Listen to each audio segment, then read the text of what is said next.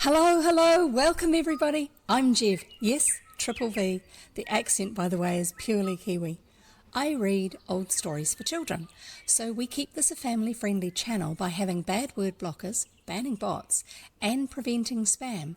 So that means new followers need to wait a few minutes before they can join in the chat. Since these stories are so old, they're now in the public domain, which means they are free to read for anyone and by anyone, the way many Christmas songs are. The digital versions I read are from Project Gutenberg, and you'll find the link for that below. The physical ones are just old books my family has lying around. Sometimes I'll even show them to you. These, by the way, are live reads. Think of them as bedtime stories rather than actual audiobooks. You get the benefits of my mistakes, distractions, explanations, and terrible attempts at accents, along with plenty of chat and interruptions as we find out about things in the story. If you need to do work or chores, then that's fine. Just come and lurk. Please adjust your volume to suit. There are captions available if you have to be quiet or you have hearing challenges, but be warned, sometimes the captions aren't always that accurate. I am a member of the Codex, an awesome group of reading streamers on Twitch.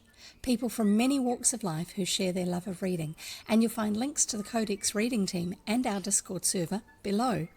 A special feature of the Codex Discord is the security channel for those of you who stream or moderate.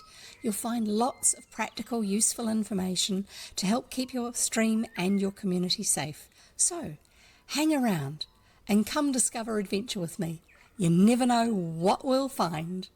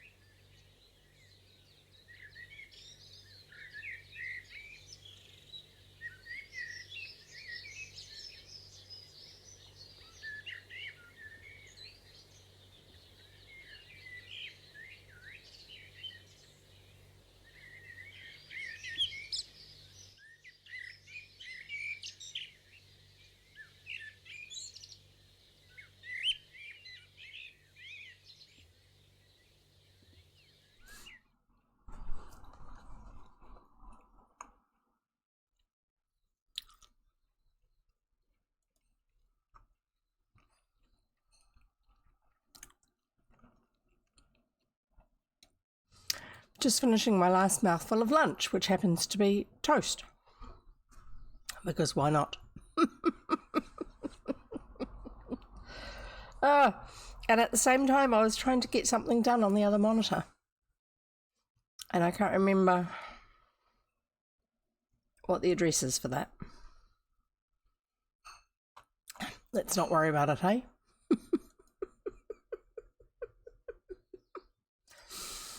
Right, so hi, how are you? I hope you're all well. And yes, we've got a rocky shore, as in there's a sandy beach. Yeah, there's also treats and stuff on the beach. There's a sandy beach, there's what looks like caves, there's cliffs. This is actually in Australia, this picture. I couldn't find one that was an old picture from the era that the book is set, that seemed to be set where our book is set, which is either coastal New York State or possibly Connecticut, but I don't know. It's just one of those things. It's a little bit weird trying to find that sort of information and pictures of. Sometimes you find heaps of them and other times you don't. Yes, I've got some lovely ones of the old motorboats that they used to use, but in actual fact, this time, because the guys have walked to where this beach is, there's less need of the motorboat one. There's more need of the, what's it called? Just the general surrounds. Yeah, that sort of thing. So, yeah, I don't know. And whereabouts in my settings do I have something that shows me Roles Manager? There it is. It's under Community. I don't know. Why do I have such a hard time finding it? Oh, my goodness.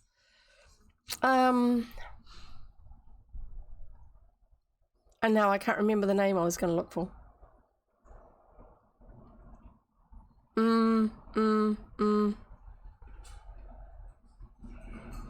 I was just going to check to see if somebody had VIP, and I can't remember their name.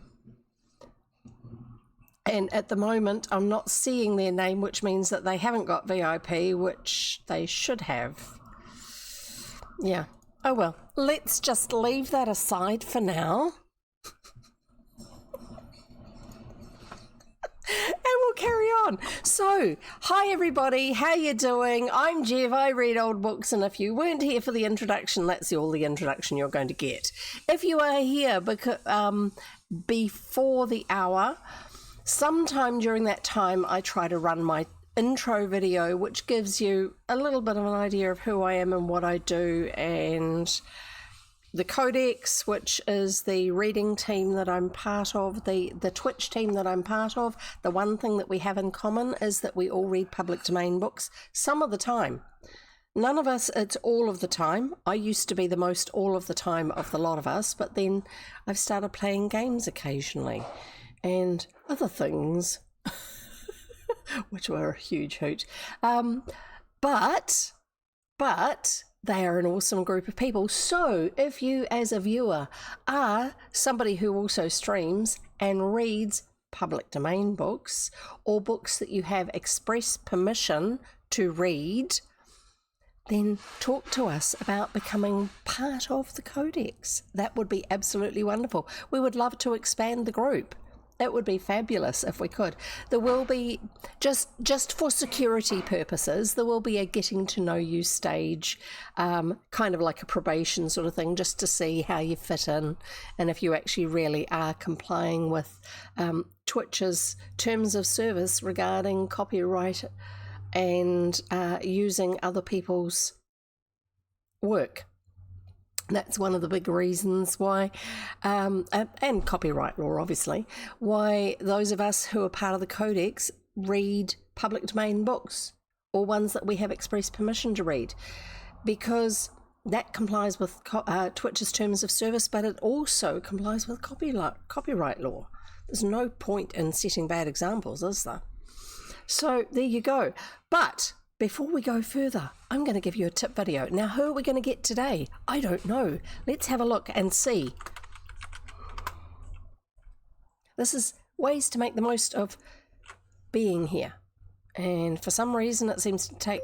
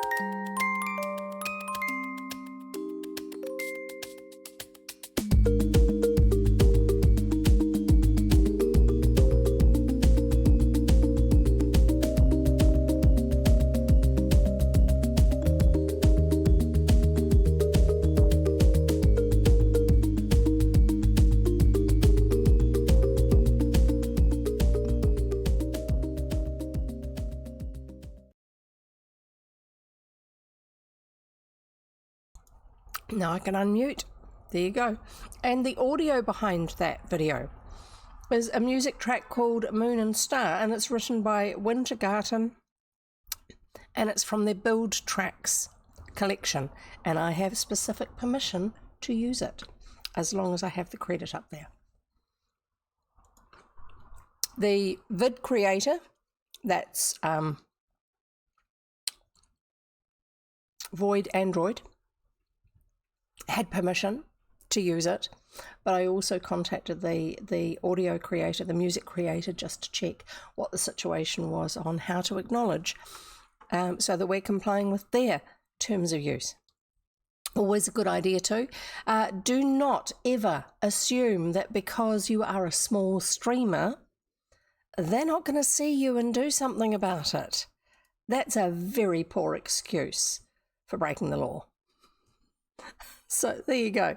And if you think that using stuff that is copyright because all the big names are doing so and the copyright owners are making lots of money, have a think about all the small creators who are being ripped off on that basis, the ones who can't make a living off anything yet. The ones who are barely scraping by between what they love doing, which is the stuff that you get to see, and what they do in their day-to-day lives to feed themselves and to pay their bills so that they're not out on the street. So, yeah, breaking copyright law isn't about hurting the big guys because they will not feel it. The small people will. So be kind to them and support them. If you or I were a copyright owner and we were small, we would like to have our work acknowledged and appreciated and valued. And if you can afford to pay for their work, yay, do so. Right, so we're going to read a book today. Wrong thing, that's my phone. I don't need my phone to read from. What we do need is my iPad mini, hand-me-down. Very handy. So old that it can't be updated anymore. But that includes security software, but because the only time it ever goes online is when I actually go to Project Gutenberg and download a book, because I know exactly which book I'm looking for at the time, and then go straight back offline again as soon as I've got the book. It still works because the book reader is built into it and the browser is built into it.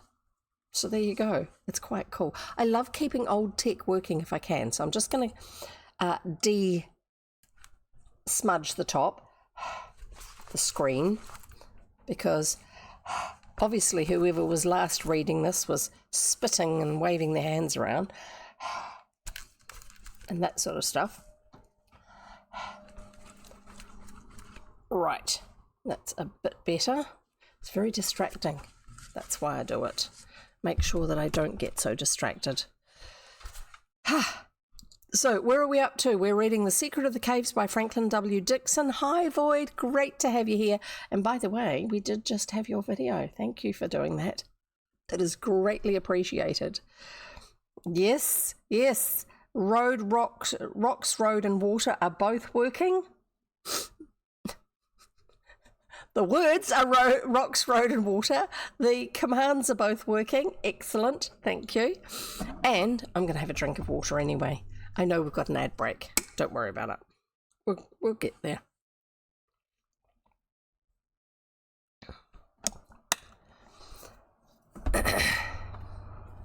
Right. So,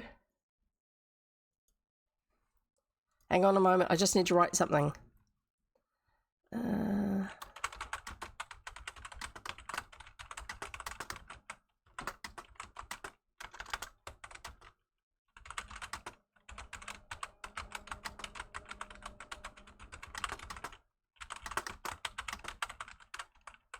Yes, I do realise that my keyboard is probably not as quiet as I originally thought it was with the filters I've got set up. I think I may have the threshold for the noise gate set a little bit too low.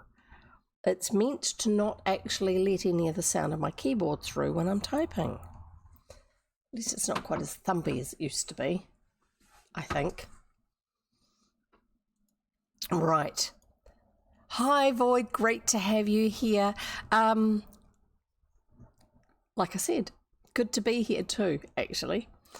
Yeah, I am doing well. I'm doing well indeed. A little bit scatterbrained at the moment, but that's quite common at this time of year for me in New Zealand because it's our summer holidays coming up, as well as being Christmas coming up, as well as being businesses largely closed down, except for, you know, necessary things like food places and general bits and pieces shops, but office businesses generally shut down. That's coming up ahead of us, and it also impacts the business we run and things like that because our sales tank across the holiday period and for a month or two afterwards. So hopefully that doesn't happen.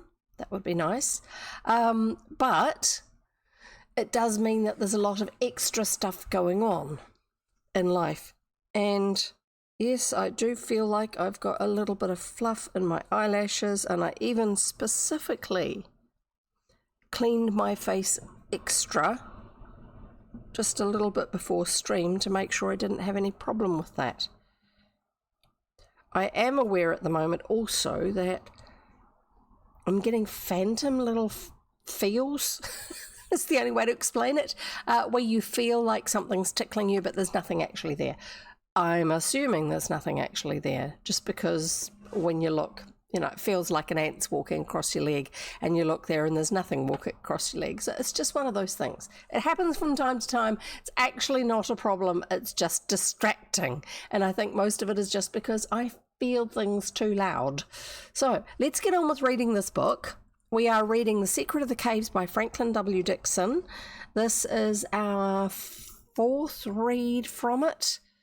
I'm pretty sure that's what it is, because before we had the Disney Dreamlight Valley update, I'd done 2 reads and then another one on Wednesday, 2 days ago, because it's Friday for me here in New Zealand.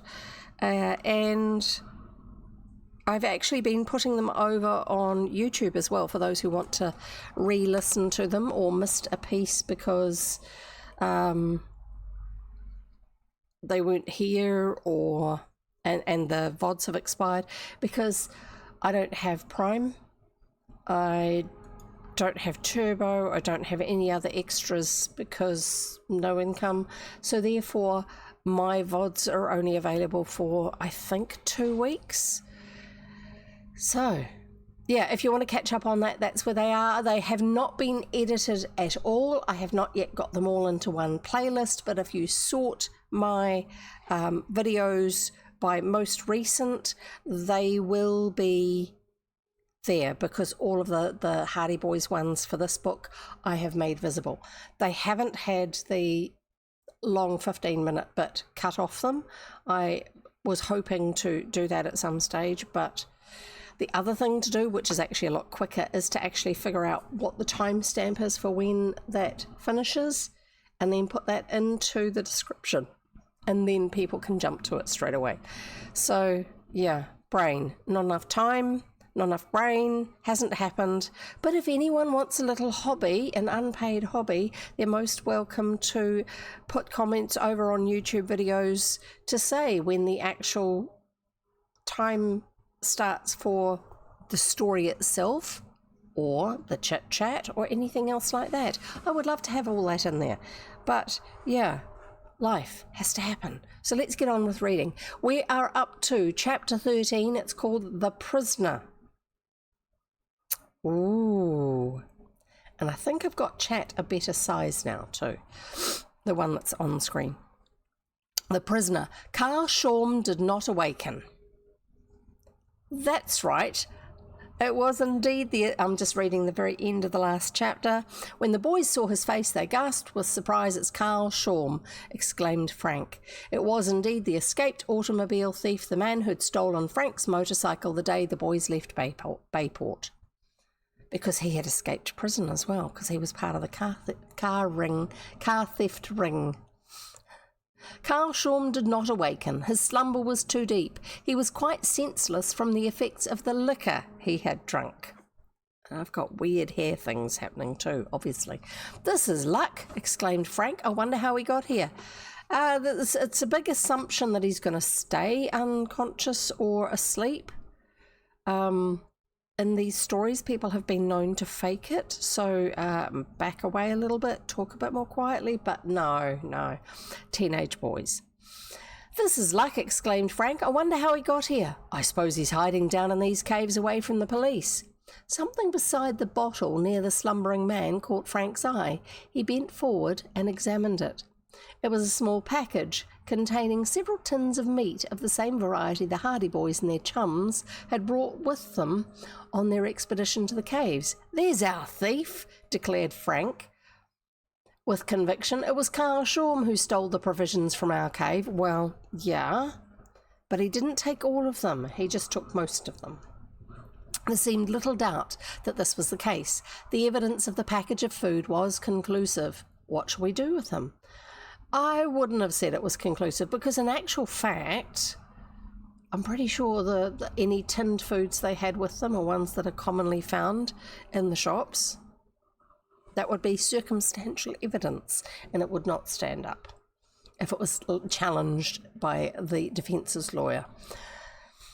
"What shall we do with him?" asked Joe. Frank groped in his pocket and produced a length of stout cord. His own pocket, I think. "We'll tie him up first. He's an escaped criminal, and it's our duty to turn him over to the police." "What if he puts up a fight?" "He's too drunk. Anyway, we should be more than a match for him." They looked at the man sprawled on the ground. He was snoring loudly, quite oblivious of his danger. Quietly, the Hardy Boys took up their positions, one on each side of the fellow, and then with a quick movement they turned him over onto his back and pinned his arms behind him.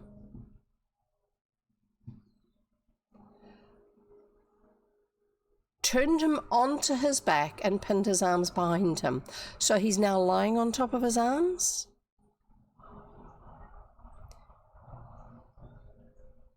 I think they mean they turned him onto his front, because we'll keep reading. To their surprise, Carl Shorm did not struggle. He merely groaned in his sleep. "He's dead drunk," said Frank. "We won't have any trouble with him." Quickly, he flipped the cord about Carl Shorm's wrists. Now, his arms are behind him, so that means he's got to be lying on his stomach, because otherwise they're reaching underneath the guy into the sand to put the rope around his wrists. He flipped the cord about Carl Shorm's wrists, and they bound the unconscious man. Still he did not awaken. When the boys were satisfied that their captor was firmly trussed up, they stood back to await further developments. Carl Shorm snored on. I guess we'd better wake him up, said Frank, with a mischievous grin. It would take a cannon to waken him, by the look of things. Good cold water should do the trick. Frank went down to the shore, took off his hat and dipped it in the sea. He hastened back, the hat half full of water, and dashed it in Carl Shorm's face. There was a splutter. Then Joe, anxious to be in on the fun, filled his hat and flung a copious supply of cold water at their captive. Carl Shorm blinked, groaned, and spluttered again and tried to sit up. "This'll make us even for stealing my motorcycle," said Frank, as he dashed more water into the fellow's face. "And this," said Joe, hastening up with another hatful, so it's 4 hatfuls of water. "And this." Carl Shorm was literally drenched. He opened his eyes and then gave vent to a strangled yell. Frank managed to fling another hatful of water into his face before the boys decided that their captive was sufficiently awake. So, I don't know. Is this realistic? When someone is that drunk that you can roll them over and tie them up and they're not even aware of it, and you are talking at normal volume right next to them, would actually splashing them with water or drenching them with water or pouring water over them actually be enough to wake them up if those other things didn't? I guess if the water was cold enough, but I don't know. "Hey, what's this?" roared Shorm indignantly. He'd just discovered that his wrists were bound. "Just a little joke," said Frank. Water was streaming down the man's face. He was thoroughly aroused by now. He was still too dazed to recognise the Hardy Boys. As he sat on the beach with his wet hair down over his eyes, his clothes completely soaked, he was a ridiculous object, and his expression of mingled wrath and surprise made it difficult for the lads to restrain their laughter. "Let me go," demanded Shorm, struggling to release his wrists without success. Frank shook his head. "Nothing doing. You're wanted back in Bayport." Just going to set the limit on my microphone ever so slightly lower. Right. Shorm you're wanted back in Bayport, Shorm, and that's where you're going. Shorm gasped. "Bayport?" he said after a moment. "What's that? Where's that? I've never heard of the place." "Oh, yes, you have. You escaped from the Bayport jail, Shorm, and they'll be glad to see you back again." "You're crazy," the rascal stormed. "I was never in any jail." "How about the stolen automobiles on the Shore Road and Gus Montrose and the others in the gang?" Carl Shorm saw that his bluff had failed. Then he looked more closely at the brothers. He turned pale. "The Hardy Boys!" he exclaimed. "At your service," returned Joe with a bow. "You see, we know what we're talking about. Get up, Shorm." "What are you going to do with me?" "Get up," repeated Frank. "We're going to take you out to the road and see that you're turned over to the authorities." "Don't do that," whined Shorm. "Honest, I never had anything to do with stealing them cars. Let me go." "You were in the gang, and if they've been punished, it isn't fair that you should get off," insisted Frank. "You escaped from the jail, and if you are innocent, you have nothing to fear. You'd better get up and come with us." He prodded the prisoner firmly with the toe of his heavy tramping shoe, and Shorm struggled to his feet. He made many whining pleas for mercy, but the Hardy Boys were determined that he should be sent back to Bayport to answer for his participation in the Shore Road automobile thefts. "I've reformed," snivelled Shorm. "I've gone straight ever since I got out of jail." "Yes, you have," laughed Frank. "How about stealing my motorcycle while we were in swimming?" Shorm looked confused. "I didn't know it was your motorcycle." "Doesn't matter whose motorcycle it was. You meant to steal it. That doesn't look as if you've reformed very much. No, you must come along with us." Unwillingly, Carl Shorm stumbled along the beach with his 2 captors. Frank and Joe did not have a very clear idea of what they were to do with Shorm now that they'd captured him. At first they thought of keeping him in the cave, but Joe pointed out that he might get away again and that it would mean too much trouble keeping guard over him. "And he'd eat too much," added Frank. "That's another little score we have to settle with you, Shorm. You were in the cave the other night and stole most of our provisions." "I was hungry," whined the prisoner. "I only meant to borrow a little bit of food." Borrowers don't come sneaking around when everyone is asleep. Where are our provisions now? They're in my own cave, said Shaun sullenly. Where is that? Try to find it. All right, returned Frank. When you go back to Bayport, you will find yourself facing an extra charge of robbery. We'll lay a complaint against you for stealing our provisions. You've already admitted that you took them, so it'll go hard with you. Shaun wilted at this threat. Oh, don't tell on me, he begged.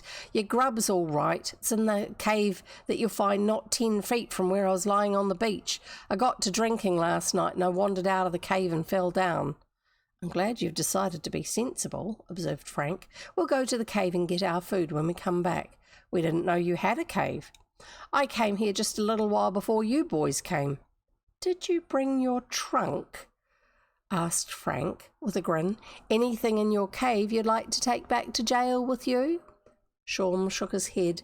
No, he answered shortly. Just a pair of blankets. You can have 'em. They'll give you blankets in jail. The boys soon reached their own cave. There was no sign of Chet and Biff, and they realised that the fishermen might be far off down the shore by now, so they decided to take Carl Shaun out to the road themselves. Would be a good idea to tell the others.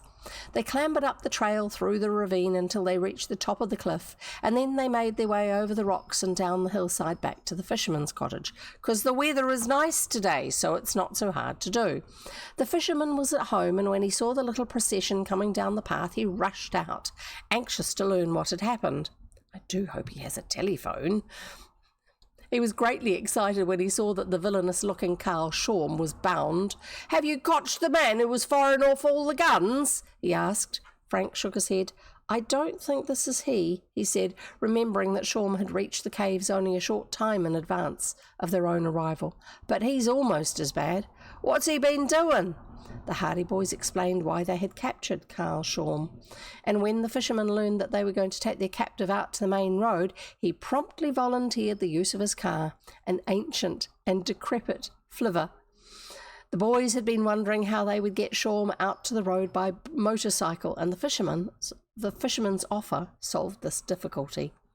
Accordingly, they all wedged themselves into the ramshackle car and set out for the main road, which they reached in due time. Frank and Joe did not want to waste too much time with Shaun, and they decided to wait and hope that some passing motorist would take the fellow into the nearest police station. That's definitely not the way we do things anymore. In a short time, a car came into sight, and when it came near, Frank stepped out into the road and signalled the driver to stop. The automobile slowed down. The man at the wheel looked at them curiously. Then Frank gave an exclamation of delight. Why, he's from Bayport, he shouted to Joe. It's Mr. Sims. At the same moment, the driver recognised Frank. Hello, you. Are you coming over here? Are you? Come on. Hello. Are you going to come up and say hello to everybody? Come on. Yeah. Hang on. Here you go. You say hello. No, they're up there. Look, up there. You say hello, everybody. You, Mr. Squeaky. Yeah, you're talking quite a bit. Let's put you over on your chair and then you can have a treat. There you go. Sit down. Sit. Good boy. Hang on a minute. Let's just get this set up. Not that one, this one. Redeem. Oh, now I've got cat fluff. This pushing. Just wait for this camera to turn up. It hasn't. Oh, I think I know what's happened. I think that one still calls up the wrong camera. So there you go. We've got this one instead.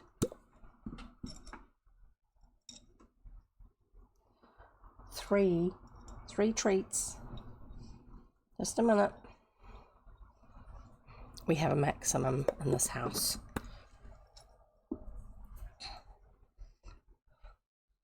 There you go. Good boy. I will eventually get it, so he's got a seat right here. It means a bit of rearranging. There you go.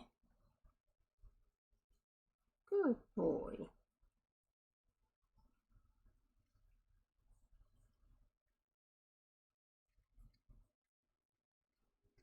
Good boy. Here you go. You can have a lie down and have a snooze. You gonna lie down? Good boy. Yeah, good boy. You lie down, Theo. Let's see how long he stays. Not long. See you later. Bye. Right, so there you go. That was the cat. I'm just going to write that down, that I need to change which camera that command calls up. I've tried to swap it back to the other one that I used to use, but unfortunately that one seems to be broken or something. The computer doesn't recognize it anymore. So cat cam to craft, cam for treats, redeem. Yeah. Sorted. Well, not done, but writing it down. So I remember to do it is. Itchy nose though.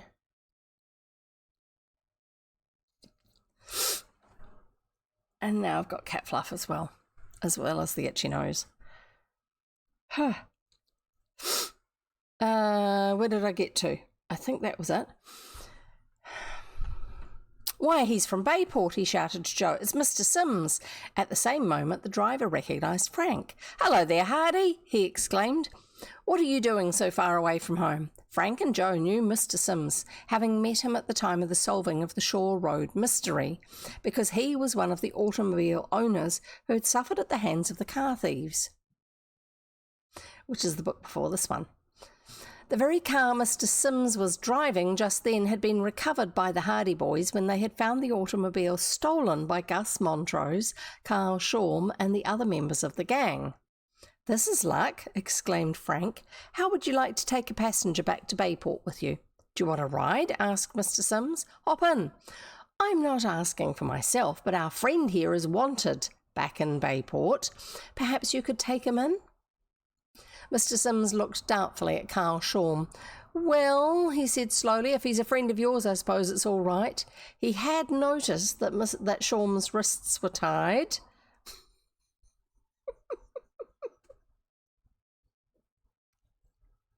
Oh my goodness. Frank laughed. I was just joking. This is one of the fellows who stole your car last month, Carl Shorm. Oh, the thief that escaped, eh? Yes, we ran across him down along the shore, and we were anxious to turn him over to the police again. Put him in the car, said Sims grimly. I'll put the rascal where he belongs. Hope he doesn't escape from the car, hope he doesn't crash the car, hope he doesn't do violence to Mr. Sims, while Mr. Sims's eyes are on the road and his hands are on the wheel.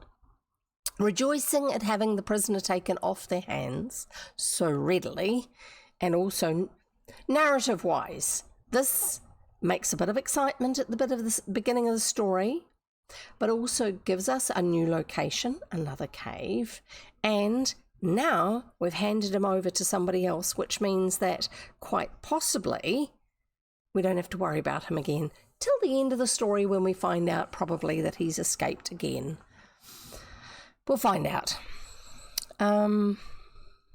Yes, we ran across him down along the shore and we were anxious to turn him over to the police again. Put him in the car, said Sims grimly. I'll put the rascal where he belongs.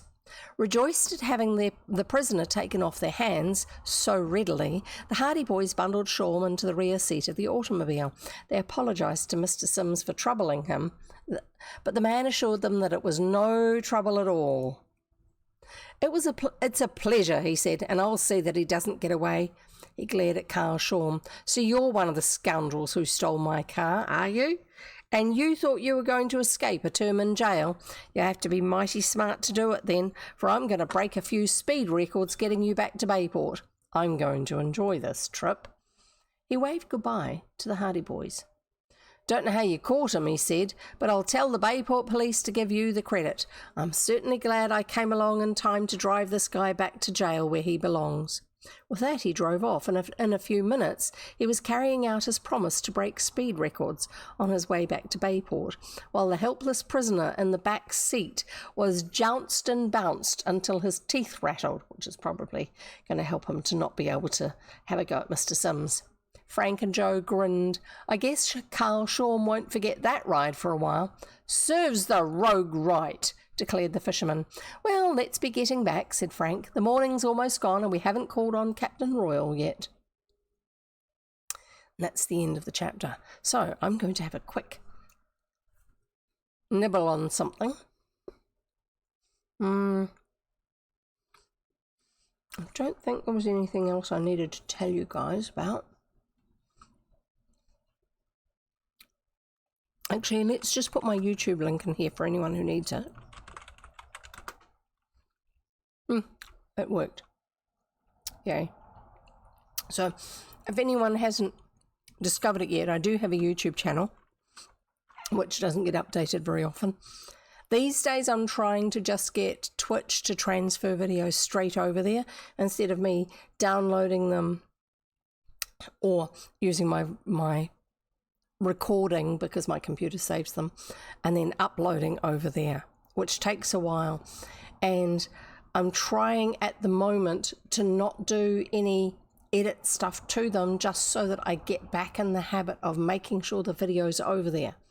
There's no point in editing something if it's part of a series and the other videos in the series don't get there, because you get overwhelmed by the editing work. So it's better to have the raw thing over there.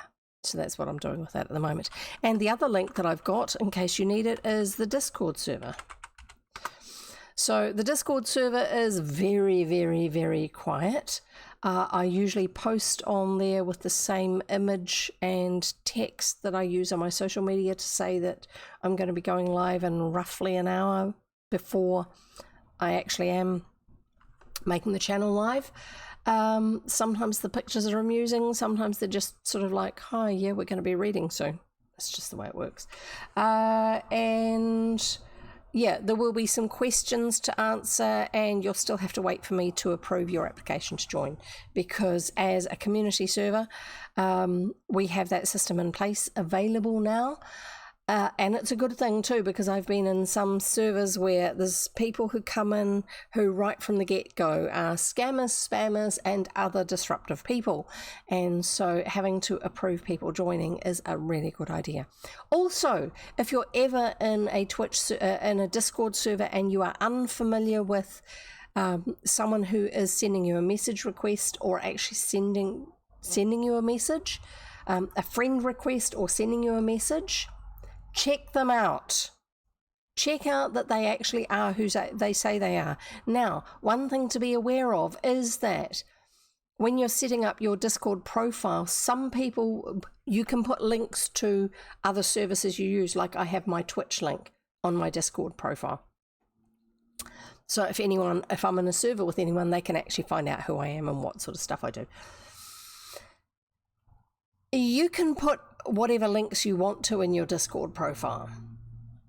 There's no requirement for proof that the link that you've put in there, the one that you type in to just sort of say, here's some of my links, is actually your account. And so there are some people who fake that they are a certain streamer with this Discord account, and they will point that Discord account link to the genuine streamer's channel. But if you look at the other information that's on the Discord profile card, you'll actually find that there's usually some red flags. Like if it's a big streamer, why on the Discord card have they got some weird extra bits in the username? It's usually because that's not actually the streamer. It's just someone who's trying to pretend that they are the streamer. So always check out the background information that you find when somebody sends you a message or sends you a friend request. Also, be very, very aware that a lot of Discord servers, people use them as a way of being able to send messages for art scam services, not genuine artists. I don't know any genuine artists who will cold call someone, who will actually send a message without having already interacted with that person and saying, I'm going to send a message to you if that's okay. So if you get a random message from somebody and the only server that you have in common with them is my server, let me know if you get a random message request, a friend request or a message, okay? Because I will check at my end if it's actually someone I know who is a reasonable person, like a real person, and if it's not, but don't go ahead and get into conversation with them. I've known people who've lost money because someone introduced themselves. They'd initially said hello over on a stream. They'd got the Discord server link out of the streamer or out of the streamer's mods, because not all mods are switched on to this ploy. Mine are. Thank you, Goriki. They had got the Discord link out of the streamer and then had... once they were on Discord and they were in that streamer's server, done two things. One was sending advertising, like service requests to others who were members of that server. Here's a mailing list I can hijack effectively. And the other thing that they were doing is they actually were persuading the streamer themselves, whose Discord it was, that they were a genuine artist, and would the streamer actually needed some art done, but they could do it for them cheap. Didn't actually do art, did get money out of the streamer, and we don't know if the streamer's actual payment systems were even secure after that. So it does happen. I have known a number of people that that's happened to. Don't take everybody on surface value. Be skeptical. Check people out before you take things further. We have not quite finished this mini security break. Another example of this sort of thing, of things that you can do, and it doesn't actually apply to Discord, and it doesn't apply to streaming, but it does apply to actually having access to the internet. I got an email from an email address that I did not recognize. The name of the person supposedly sending it to me was someone who I don't commonly interact with. It was like for a neighborhood watch scheme or something like that. But the email address that it was being sent from was not one that I recognized. Now, some people are able to spoof an actual genuine site's email address, like come up with an email address that looks like it's come from the real one. So that, I can't tell you anything about what you can do about that and what you can't. But what I did do is I went back through my email files to find an email message that had come directly from this the actual person, the person's name, who was associated with the community group, and emailed them using the email address that is their normal personally identifiable email address, and said, I've just got this message that says it's from you. I don't recognize the email address it's come from, and I'm a bit cautious at the moment because there's been a lot of scams and spams and all sorts of other things going on, and I just want to check, because there's no way on earth I'm going to click on any links that are in that email if I am unsure whether or not it's actually from you. And I didn't hear anything back for a couple of days because they are a very busy person and they work outside of home and all sorts of stuff like that. They emailed me back and thanked me very much for checking and said, yes, there is actually a new email system we are using for the community neighbourhood support in New Zealand. Is like a neighbours keeping an eye on what's going on in the area, and then reports get fed back to the police if we've all noticed certain things and stuff like that. It's like informal security, and it's a system that's available. It's sponsored by the New Zealand Police. It's available through New Zealand, and they set up little wee community groups in different areas, and so they have now got access to an emailing system so that it doesn't have to come from the current coordinator's personal email address, because if you send lots of emails from your Gmail address, some people's computer systems, some people's email systems will actually say, this is a spam email because that address has just sent a whole lot. Or you've got to go, okay, I've sent this many emails now, I've got to send another batch of emails now, I've got to send another batch, and you've got to leave a certain amount of time between each one so that that doesn't happen. So when you actually have an authorized email provider service specifically for email lists, then the email provider systems are okay with it, but us end users don't necessarily know the names of those systems because there's new things being developed. So she thanked me very much for checking with her and saying, yes, very smart that you checked it with me, and also that you don't click on any links unless you know where it's coming from. By the way, you don't actually have to click on the link and fill in the form or anything. It was just we're updating our files and stuff like that. I think the fact that I actually contacted her means it just proved that yes, I am still a real life person, and I'm part of the system, not the email system. So yeah, watch the stuff that comes through. If you are using online email services, if you are looking in your browser, usually you can hover your mouse. I don't know about on mobile, but if you're on a PC or a Mac, you can hover your mouse over the sender's address in the list of emails, and it will pop up and show you the actual email address it was sent from, not the one that they're spoofing it from. Because there are some email lists that you can be part of, proper ones, where it'll say it's sent from this, but it's actually been sent from another deeper level system email. And so you can see that this is actually something that happens. Some email clients where you download the email to your computer, like Outlook, Thunderbird, there's a bunch of other ones like that. Some of those, if you hover over a sender's email address, it will show you that as a pop-up. Other ones don't. This is why if you have an online-based email system, it's a good idea to check online before you go clicking on things. If anything is dodgy about it, do some web searches online. Don't look at the email. Don't open it up. Yeah, so I can see those email addresses, the true email addresses, by hovering over it without opening the email.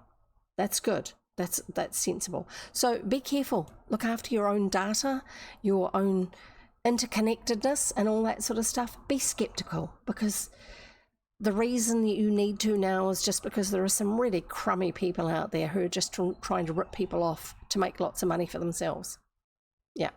So thus endeth or pauseth the lesson on that aspect of internet security at the moment. We'll get on with the next chapter, shall we? We are reading chapter 19, clippings. Nail clippings, newspaper clippings. I don't know. We're going to have to read and find out. Their friend the fisherman was greatly interested in the Hardy Boys' adventure with Carl Shorm and wanted to know all the details of the affair. Frank and Joe told him why they had captured Shorm and also told him of the Shore Road automobile thefts, although they modestly omitted any mention of their own part in bringing the car thieves to justice. When they arrived back at the cottage, the fisherman was anxious that they go in and continue the chat, but the Hardy Boys wanted to return to the caves. For a start, they haven't told their friends where they were going. Some other time, they promised. Well, said the fisherman reluctantly, if you won't come in, I suppose you won't, but you must come back and see me before you leave these parts. You're smart, lads. Cotchin' that jailbird, and I'm sure he's the fellow that's been performing all the monkey shines down around Honeycomb Caves. Frank and Joe said nothing. It occurred to them that possibly the fisher folk did not know of Captain Royal's presence in the vicinity, and they preferred to keep the secret to themselves. Remember the guy who ran away, if it is Captain Royal, he was running away because people were after him for his inheritance or something. So he doesn't really need, for security purposes, to have his presence being broadcast anywhere. Yes, said the man, wagging his head. I guess he was the chap all right, even if you don't seem to think so. He was a thief at any rate, said Joe. He stole your grub, you were saying. If you need more, you're welcome to anything I've got here. It ain't much, but you're more than welcome, said their hospitable friend. The boys thanked him, but assured him that Carl Shorm had been forced to divulge the hiding place of the provisions. With great glee they told how they had frightened him into telling. "We're all set for a few days' stay now," said Frank. "I guess we won't be bothered anymore." Wonder how many others are living in the caves, actually. I wouldn't be surprised if they have some more surprises happen. The boys parted from because that sounds like famous last words, "I guess we won't be bothered anymore." The boys parted from the fisherman and ascended the path up the hillside again, up over the rocks, over the rocks. Sorry, clicking open my water bottle. Don't forget you need to drink water too when I'm drinking water. And it's a good idea to confirm that you have by using a thumbs up or a water bottle emote, because you have access to them if you are a follower, which doesn't cost you anything, by the way. You just need to be logged into your Twitch account to be able to do that. Did you know that following someone is kind of like having a bookmark for them? You can find them again more easily. Thank you, Arinel. And by the way, welcome. Lovely to have you here. Really, really lovely to have you here. So Arinel is another member of our Twitch team, Codex. I'm trying to think of... I have heard her reading. She doesn't get to read as much now because she's doing a different line of work to what she used to. She doesn't have quite as much spare time now as what she used to. So, yeah. But she does all sorts of things when she is streaming. I don't think she's had a chance to stream that much recently either. But there you go. Another person who's a really good egg and worth following. And that's probably a Britishism, calling someone a good egg. There's a lot of UK English that we use in New Zealand and Australia that doesn't seem relevant for anybody else, but we use it anyway. You're most welcome, Arinel. Lovely to have you here. Right, where do we get... sorry, my brain's a little bit sideways today. Up over the rocks. Yes, I drank the water for that. Along the cliff edge until they came to the ravine, down the steep slope, and after an arduous hour, they were again at their cave. Chet and Biff were nowhere to be seen, so the Hardy Boys assumed they were still fishing. Again, assuming. "When we tell them all the adventures we've had, they'll be as mad as hops," laughed Frank. "We've sure covered a lot of territory since they last saw us. They've hiked out, they've gone up to the main road, they're back again. And the day isn't over yet. We still have Captain Royal to attend to." It was still damp and foggy as they went on down the beach, and although it was midday, the mist hung so heavily over the sea that they could see only a short distance ahead. It was almost as dark as at dusk. "I believe the fog is growing worse. One of the things they need to do is still go and check out the cave that Shorm was in, don't they?" "I believe the fog is growing worse," remarked Frank. "It certainly seems worse since we got down on the shore again. I hope Chet and Biff don't get lost."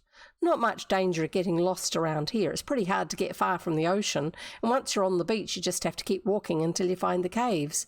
The boys came to the place where they had spied Carl Shorm in his drunken slumber. "Let's see if he was telling us the truth about that cave of his," Joe suggested. "We might as well make sure that our provisions are safe. There's a cave here, all right. Look, I can see it over by those big boulders." "So it is. Odd that we didn't notice it before. The rocks hide it from view unless you stand right in front of it." Trust Carl to pick a good hiding place. If he hadn't made the mistake of getting drunk and wandering beyond his own front door, he might be a free man yet. 'Tisn't the first time that liquor has landed a man in jail. The boys approached the entrance of the cave. It was, as Joe had pointed out, almost invisible from the beach, unless one happened to look up when standing directly in front of the opening, because a number of huge boulders obscured it. Inside they found unmistakable evidences of human habitation. "There are our provisions!" exclaimed Frank. He pointed to a box that stood beside a few blankets in a corner of the little cave. It was filled with the food that Shorm had stolen from them. Very little of it had been touched. The robber had been given no time to dispose of his loot. "Well, I never expected to see that again," said Joe. "I guess it's safe enough where it is. We can pick it up on our way back from Captain Royal's. How about these blankets? Sean said we could have them." Frank picked up one of the blankets. It was heavy and of excellent quality. I wonder where he stole it from. "I'll say he was mighty generous, letting us have good blankets like these," he declared. "They seem brand new, too." "If they are, there must be a catch in it somewhere." "There is, look!" Frank held out the blanket. Stamped into the fabric was the name Hotel Bayport. The reason for Sean's sudden burst of generosity was now clear. No wonder he didn't want to take them with him. He knew that if the police laid eyes on those blankets, he'd have another charge laid against him. He must have stolen them from the hotel after he escaped from jail. "I think he would take anything that wasn't nailed down," said Joe. "Well, we can take the blankets back with us and return them to the hotel at any rate." "Sure, we'll leave him here with the grub until we're ready to go back to our own cave." What's going to happen to all this stuff? It's going to go missing again, isn't it? And who will it be this time? The boys found nothing else worthy of attention in Carl Shorm's crude abode except a revolver hidden beneath a rock near the blankets. They appropriated this to turn over to the police when they should return to Bayport. They departed, well satisfied with their visit. "Chet will give 3 cheers when he sees the grub again. I don't think he was very cheerful about the thought of going on short rations until we got new supplies," said Frank. "I wasn't very cheerful about it myself," said Joe.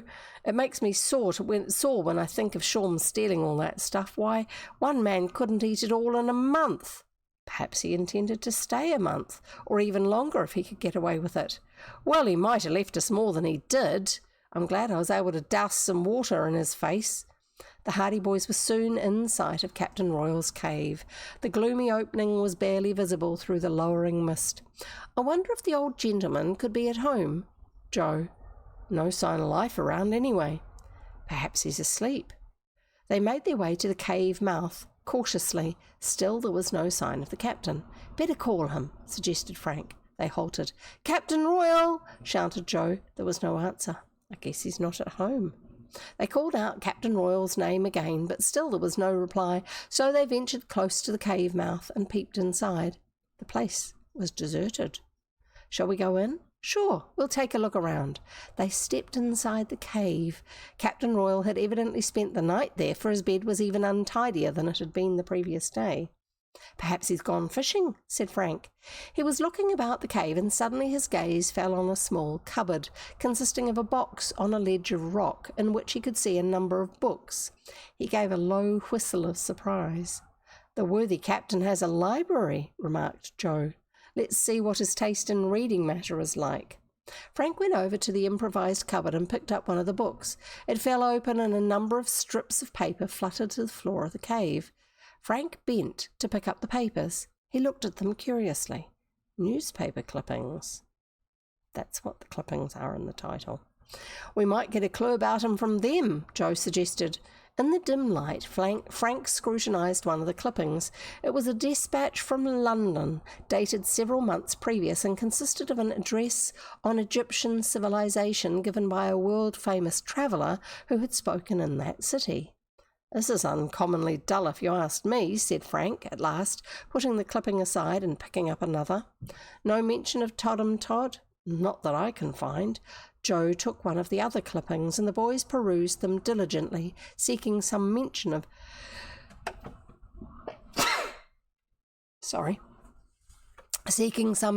the missing college professor. All the clippings were devoted to various lectures that had been given by various speakers in different parts of the country within recent months. I wonder if these people have gone missing for some reason. "Looks as if he was a lecturer or had some interest in lectures at any rate," Joe commented. Patiently they examined clipping after clipping, but in none of them did they find any mention of Todd'em Todd. A further search of the cupboard, however, revealed a veritable mass of papers, and the boys settled down to a thorough study of them. "He's an odd kind of sailor, that's sure," declared Frank. "I've never heard of a sailor who collected clippings about lectures." The other papers were similar clippings as well as typewritten documents. When the boys examined these documents in the hope of finding some clue to the former activities of Captain Royal, they found that they were manuscripts of lectures on philosophy and other topics. But still they found no mention of the name of Todd'em Todd. Well, whether he's mentioned in these papers or not, I'm sure that Captain Royal and Todd'em Todd are the same man, observed Joe. No sailor would ever carry this stuff around with them. Certainly looks peculiar, his brother agreed. But there are some more papers yet. Let's look through them all. If he is Todd'em Todd, it's hardly likely he would carry clippings about other men's lectures and none of his own. Sheet after sheet they perused. Now, don't forget, there was at some stage a possible head injury. If he's got amnesia, there's no way he's going to know he's Todd'em Todd. Maybe he's trying to figure out who he is by taking these clippings from various papers about different lecturers to see if it feels familiar, to see if he thinks that might be him. I think he's trying to find out who he is. Sheet after sheet they perused. There were lectures by visiting authors, lectures by big game hunters, lectures by Arctic explorers, lectures by college professors, photographs of lecturers. He's certainly interested in lecturing. Perhaps it's just a coincidence. Crazy men will do crazy things. Perhaps Captain Royal just has a sort of lunatic streak that way, said Joe finally, when it seemed evident that none of the clippings or documents bore any mention of Todd'em Todd. Perhaps you're right. I hate to admit it, though. I was sure we'd stumbled on a red-hot clue. I am appreciating the fact that clue is spelt the modern way. When I say that, I mean C-L-U-E instead of C-L-E-W, which the earlier books had. Goriki says Aranel is a glowing rainbow. That's lovely. I like that one. Frank scrutinised the last of the clippings. Nothing about him in this one either. I can't figure it out, beyond the fact that all these stories deal with lectures. There is no connection between them. They're all by different men and all on different subjects. At that moment, Joe espied a small box close by. He opened it and out tumbled a second mass of clippings. "Gee, look at this," he exclaimed.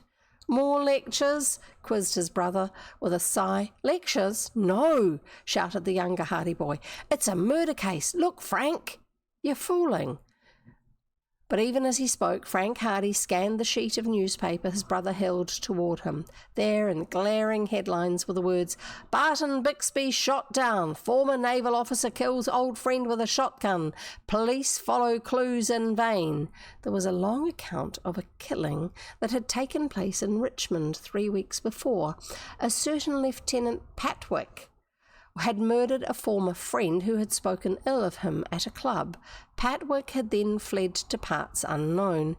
The lieutenant was said to be of a nervous, high-strung temperament. And yes, I am using English pronunciation of this word. "Gosh, he may not be Todd'em Todd after all," remarked Frank. "He may be this Lieutenant Patwick, simply trying to conceal his true identity. Or else he's gone crazy because of his crime," added Joe.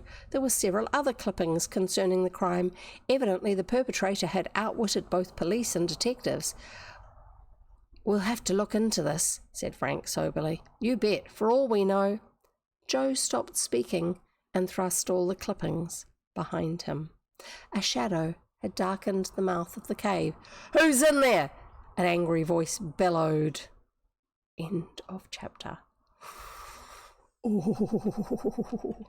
Aranel says Goriki is a wondrous red panda. Goriki, you often get red panda. What is it? Is it weighted to land on you for red panda? I don't know. I remember when they got red pandas at our city zoo. My niece's favourite song right now: red, orange, yellow, green, blue, indigo, violet. I love a rainbow, I love a rainbow. Oh, oh, oh. Oh, lovely. Very lovely. When you get a description like a glowing rainbow, and then that's her favourite song, that really is lovely. Yes, she loves rainbows. They are really cool. I remember I used to have, when I was first working in the city, I had bought myself one of those crystal drops, cut glass, and had it hanging on a window next to my desk. There was a fairly small window next to me, and it would catch the light and I would get rainbows from it. And that was the only reason I had it, was because, it just goes whoo in your brain. So, chapter 20, the shotgun. Oh dear. So quietly had the man approached the cave mouth, and they were concentrating too. Come on, let's own up to it. Nice, prisons are lovely, yes they are. So quietly had the man approached the cave mouth that the Hardy boys were taken completely by surprise. They wheeled about. There in the entrance stood Captain Royal. Evidently it took him some time to become accustomed to the dim light of the cave, for he was peering intently at the boys, but with no sign of recognition on his face, except that if he's in an altered mental state, if he flips between being Captain Royal and some other personality because of head injury, because that's not uncommon, then he may not recognise them. "Who's that?" he shouted impatiently. "Answer me." Frank gulped. Then, trying to achieve a confident tone of voice, he said, "Why, hello, Captain. We just dropped in for a visit." But Captain Royal was not appeased. With a roar of wrath, he advanced into the cave. "I know you now," he bellowed. "I know you. It's those boys who were here yesterday. Don't deny it." "Sure," said Joe. "It's only us." The captain came closer. "What are you doing in my place?" he demanded. "Stealing, eh?" "We're not stealing," returned Frank indignantly. "Yes, you are." Captain Royal was plainly angry. "You came here to steal all my money and my jewels. I know it. You waited until I went out and then you sneaked in here to rob me." "Now, Captain, be reasonable," pleaded Frank. "We just came here to have a little talk with you. If we wanted to steal, we would have cleared out long ago." "You came to steal," insisted the old man. "Don't tell me anything different. Why can't you leave an old man alone? I've never done you any harm." "Certainly not. We had no intention of disturbing you." Just then Captain Royal caught sight of the mass of clippings and papers. His face was suddenly distorted with fury. "My papers!" he shrieked. "You've been at my papers!" He made a sudden lunge toward the boys. So quickly did he rush at them that neither Frank nor Joe had a chance to escape. Captain Royal grasped each lad by the collar. "You've been at my papers, my precious papers! I knew you came here to steal something." He shook them roughly. "I'll teach you to come prowling about my cave," he roared. "I'll teach you to look at my papers." The Hardy boys struggled to free themselves, but Captain Royal was stronger than he looked, and he kept a tight grip on their collars. Frank almost wriggled free, but the captain tightened his grasp. As for Joe, he told his chums later that the old lad shook me until my back teeth rattled. The captain was raging and roaring almost incoherently in a terrible outburst of wrath, also common with head injuries. There was now little doubt in the minds of the Hardy boys that the man was a lunatic. What would happen to them at the hands of this madman? At first, they had not taken Captain Royal's outburst seriously, but now Frank realised that they might be in genuine danger. Yeah, if the guy genuinely thinks that they are out to cause trouble for him or to steal from him, if that's his current state of belief, and that is as true as anything he knows for him in this moment, they are in danger. He lashed out with his fists and dealt the captain a blow in the ribs that brought a startled grunt. At the same time, Joe wriggled to one side and tried to trip the old gentleman, but Captain Royal was alert and wary. He would not let go, and although he lost his balance and tumbled to the floor of the cave, he dragged the boys with him. "Break loose, Joe!" shouted Frank. "He means business!" But this was more easily said than done. The trio sprawled on the floor of the cave, Frank and Joe fighting desperately to get out of the clutches of their captor, but the old man clung to their collars like grim death. "I'll teach you," he panted. "I'll shoot both of you." His words sent a thrill of fear through the boys. They knew now that they were dealing with a maniac, and they realised that in his present frame of mind he was quite capable of carrying out the threat. Joe had fallen in such a way that his collar had become twisted, and with Captain Royal still grasping it, he was almost choked. He could not turn without increasing the throttling pressure, so that he was quite helpless, which means turn the other way. Because usually if there's a twist, whatever. As for Frank, in spite of his struggles, he was unable to break the captain's hold. "I have the better of you," chuckled the old man fiendishly. "You can't get away from me. Try to kill me, would you? I'm going to shoot you both." Try to kill me? I think that's an indication of something that's happened to him. I hope the boys remember that. He began to struggle to his feet. Captain Royal was eyeing something on the wall at the back of the cave. Following the direction of his gaze, Frank saw something that terrified him. It was a double-barreled shotgun.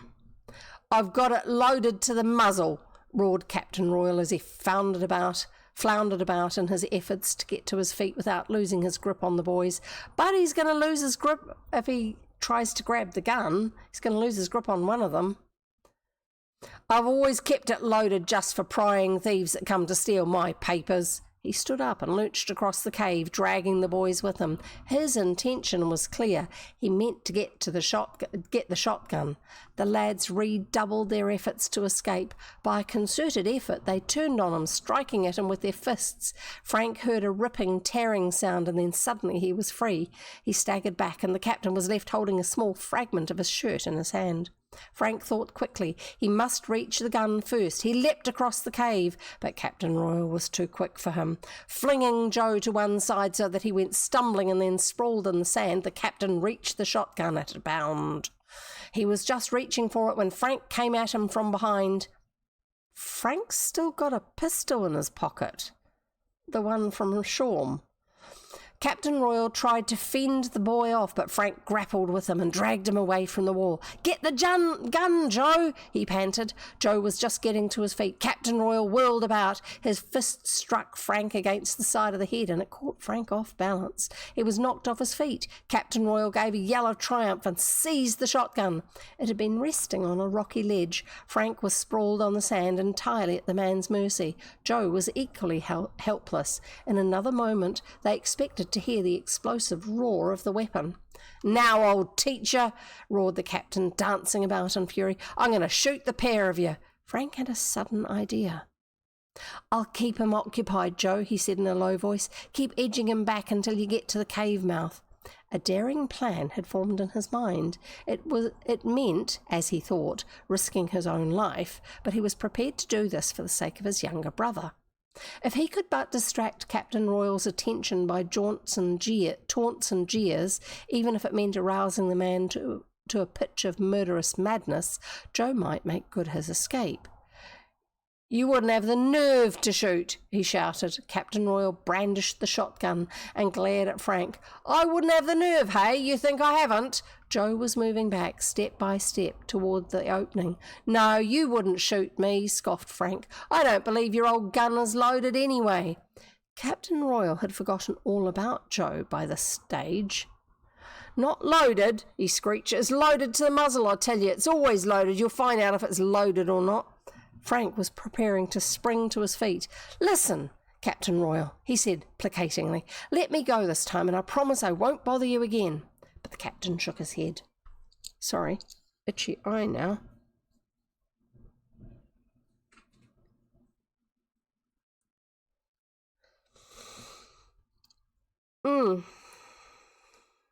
And now I feel like I've gone and shoved an eyelash into it. No, that's better. "You're a spy," he screeched. "You're a spy. You were sent here to look through all my papers. I'm an old sailor, I am. And in the Navy we have only one cure for spies." "And what's that?" "We shoot 'em." Captain Royal brandished the shotgun viciously. "We shoot 'em when we can't make 'em walk the plank." Walking the plank is actually just a thing of novels. "You haven't the nerve to shoot me. You wouldn't dare. You know you'd be hanged." Frank glanced toward the mouth of the cave. Joe was almost safe by now. "I'm not afraid, bragged Captain Royal. "They'd never catch me to hang me. Death for the spies. I'll shoot both of you." Only then did he become aware that Joe had disappeared. With a growl of alarm, he swung about just in time to see Joe vanishing beyond the cave mouth. "He's gone!" roared the captain. "Come back here, you young scoundrel, come back!" He ran across the cave. Frank seized the opportunity to leap to his feet again. Captain Royal heard him and turned, raising the shotgun to his shoulder. "You won't escape me," he yelled. The shotgun was levelled directly at the boy. Frank thought that the next moment would be his last. He could see Captain Royal's finger tightening about the trigger, but there came an interruption from the mouth of the cave. Joe had heard the uproar and had realised his brother's danger. He had not fled. He had returned to the entrance, and there he gave vent to a shrill, blood-curdling shriek. Captain Royal gave a shout of surprise. "Who's that?" he exclaimed. He whirled hastily about, but Joe had disappeared. "Who's there?" he roared. Joe, hidden beyond the rocks, shrieked again. "Just wait," yelled the captain. "I'll come out there and I'll fix you. I'll fix you." Frank, in the meantime, had been circling about the side of the cave, trying to gain the entrance unobserved. His heart sank as Captain Royal turned around just when he was about to make a dash for liberty. "So," yelled Captain Royal, "you thought you'd get away from me, eh?" The shotgun was aimed directly at Frank. Again. Captain Royal fired. There was a loud explosion. End of chapter.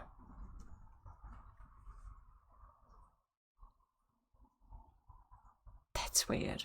I'm going to have a drink of water. I feel like I need a drink of water after that. That was a bit exciting.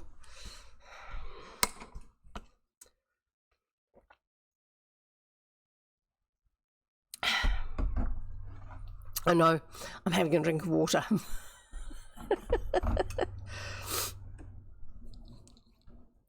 Chapter 21, Over the Cliff.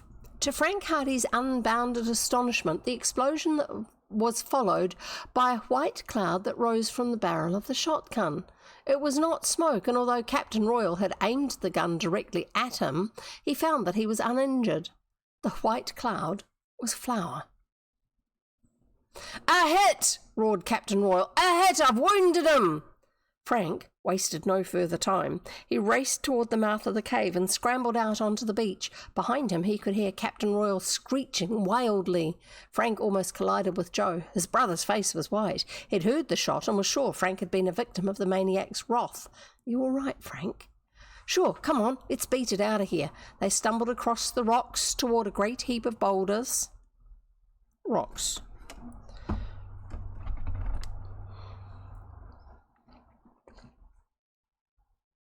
That offered shelter. Frank glanced back in time to see Captain Royal emerge from the cave, still carrying the shotgun. "Did he miss you?" panted Joe. Frank chuckled. "If that gun had been loaded, my goose would have been cooked by now. But I heard the shot. It was loaded to the muzzle with flour. That's all. Just plain, ordinary flour." I love your cookie emotes, Arinelle. They really are wonderful. She's just used the sip emote. Very good. "It was loaded to the muzzle with flour. That's all, just plain ordinary flour." They dropped down behind the boulders. When they peeped out, they could see Captain Royal at the mouth of the cave, dancing with rage. Evidently he saw them, for he yelled, "You can't hide from me. I can see you." He raised his shotgun to his shoulder again and pressed the trigger. Once more there was a shower of flour distributed in every direction. "Whether he's Todd'em Todd or Captain Royal, he's a lunatic," declared Joe. "There's no question of that." The boys crouched behind the boulder and watched the antics of the captain. He was yelling and shrieking like a wild Indian, waving the shotgun on high. Both barrels had been discharged. "My ammunition is gone," he roared. "My ammunition is gone." That's telling the opponent that, you can come and get me now. He hurled the gun away from him. It fell with a clatter among the rocks. Hatless and coatless, unusual in those days for an adult, he was a weird figure in the fog. He made no move toward the Hardy boys, however, but contented himself with dancing about at the mouth of the cave. "The battle is lost!" shrieked Captain Royal finally. "On to the execution!" "What on earth does he mean?" said Joe. "Oh, he's crazy, that's all. He doesn't mean anything." "All is lost. My enemies are upon me. On to the execution. On to the execution." And by the way, we're about 3/4 of the way through the book, maybe more. Captain Royal whirled about and ran down the beach through the lowering mist. Where is he going? Let's wait and watch him, advised Frank. They saw the odd old man running and stumbling among the rocks along the shore. Rocks. Then he turned to his right and began to clamber up among the boulders until he came to a scarcely visible path that led up toward the top of the cliff. From the boulders among which the Hardy boys were standing, they could scarcely see the man now, so they emerged and went down toward the cave. Captain Royal, yelling at the top of his lungs, was climbing on up the path. What's his idea anyway? Frank shook his head. He's certainly running amok. I hope he doesn't fall and hurt himself. The path the captain had taken wound about in a precarious fashion, and at one point crossed a ledge of rock that overhung the beach. Immediately over the rocks that sloped down into the deep water. Captain Royal stumbled and fell, but he got to his feet and went on. I wonder if he ever slips when he comes to that ledge, he'll go over the cliff, Joe declared. I wonder if we should follow him.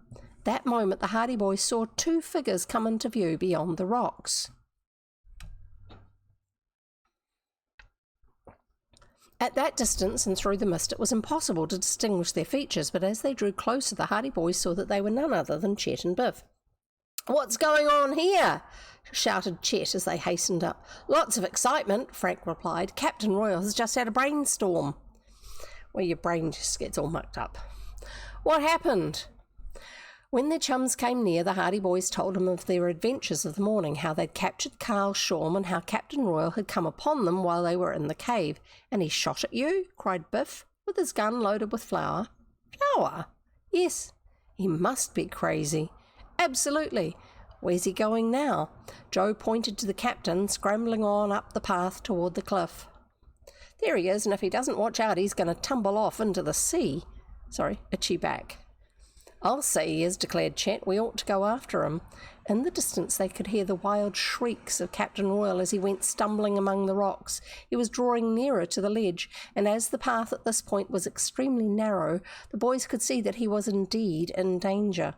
Although if it's over the water, they can jump into the water to rescue him, rather than if he lands on rocks below. "Stop!" shouted Joe. "Stop, Captain!" But Captain Royal, if he heard it all, paid no attention to the warning. He continued his ascent of the rocky path. "We'd better follow him up," said Frank. "He can't hurt us, we know that, and he's sure to hurt himself if we don't get him down off those rocks." With one accord, the boys hurried across the beach until they came to the trail leading up the steep incline toward the top of the cliff. Then, with Frank Hardy in the lead, they began the climb. Captain Royal turned and saw them. He stopped and shook his fist at them. "Go back!" he shouted wildly. "Go back, I tell you!" "Come down!" called Frank. "Come down, Captain Royal, or you'll be killed." "The battle is lost!" howled the madman. "My enemies are upon me, but they'll never capture me alive." He bent down and lifted a heavy stone, which he hurled down the path. It came rolling and bouncing down the slope, gathering momentum every second. It was headed directly for the Hardy boys and their chums. "Scatter!" shouted Joe. The boys had little protection. The path was so narrow they could go neither to the right nor the left for more than a few inches. On came the heavy stone. The boys crouched, listening to the crash and clatter of the great missile as it bounded toward them. There was no use attempting to escape. If they ran back down the path, they could never hope to reach the shore in time. The rock was plunging down the path at terrific speed. It seemed that the deadly object would crash among them in another moment. Frank closed his eyes. Just then the rock bounded high in the air, shot forward in a wide arc, lit in the path just a few yards above the boys, and struck a projecting stone. It flew off at a tangent, the impact diverting it from its course so that it plunged wide of the boys who were crouched in the path. A moment later, there was a tremendous crash as the heavy rock struck the beach. Captain Royal on the cliff above was yelling with glee. "You won't chase me now," he shrieked. "That will teach you a lesson. That'll teach you something." Frank scrambled to his feet. He was white with anger. The maniac's action had endangered their lives. "We'll teach you," he shouted. "Don't do a trick like that again. Come down off those rocks before you fall and break your neck." I won't come down. Captain Royal shook his fist at them again, wheeled about, and then continued his perilous climb. Boys hastened in pursuit. They knew that the old man might turn and cast another rock down the path, but they were determined to save him from the consequences of his own folly if they could. The fog had left the rocks and the path slippery and treacherous, and also lots of rock from the rock tumbling down towards them. So let's have a few more slugs.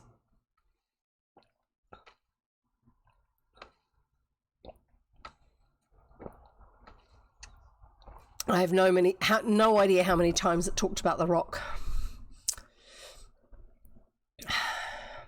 At almost every step the boys stumbled. It was almost impossible to maintain one's footing as the path grew steeper. As for Captain Royal, he was no better off, and more than once he went sprawling on all fours, only to pick himself up again and resume his hazardous progress. At last he reached the top of the cliff. The boys were still many yards from the summit. Captain Royal made no attempt at caution as he ran along the narrow path. The rocks were slippery underfoot. "He'll go over as sure as fate," exclaimed Frank. Scarcely were the words out of his mouth when the boys saw Captain Royal stumble. He lurched sideways. His arms thrashed the air as he vainly grabbed for support. He gave a desperate yell. The boys gave a simultaneous cry of terror as they saw the man plunge through the air, over the side of the cliff, down toward the water far below. End of chapter. Remember, it did describe where this rock was, this particular section. Chapter 12. In Swirling Waters. The boys looked at one another in awe. Their ears still rang with Captain Royal's last dreadful cry as he went hurtling over the cliff toward the watery depths. "He's gone," gasped Chet. "I knew something like that would happen. He slipped on the rocks." Frank, however, was already slipping and stumbling back down the path toward the beach. "There's still a chance," he shouted to the others. "He may be alive yet. If we hurry, we may be able to get him out of the water before he drowns. The tide's coming in, so he may be washed ashore." It was a slim chance, he knew. Captain Royal had fallen from a great height, and perhaps the impact of his collision with the water had rendered him unconscious. Yes, the surface of water, because of its surface tension, is very, very hard when you land on it.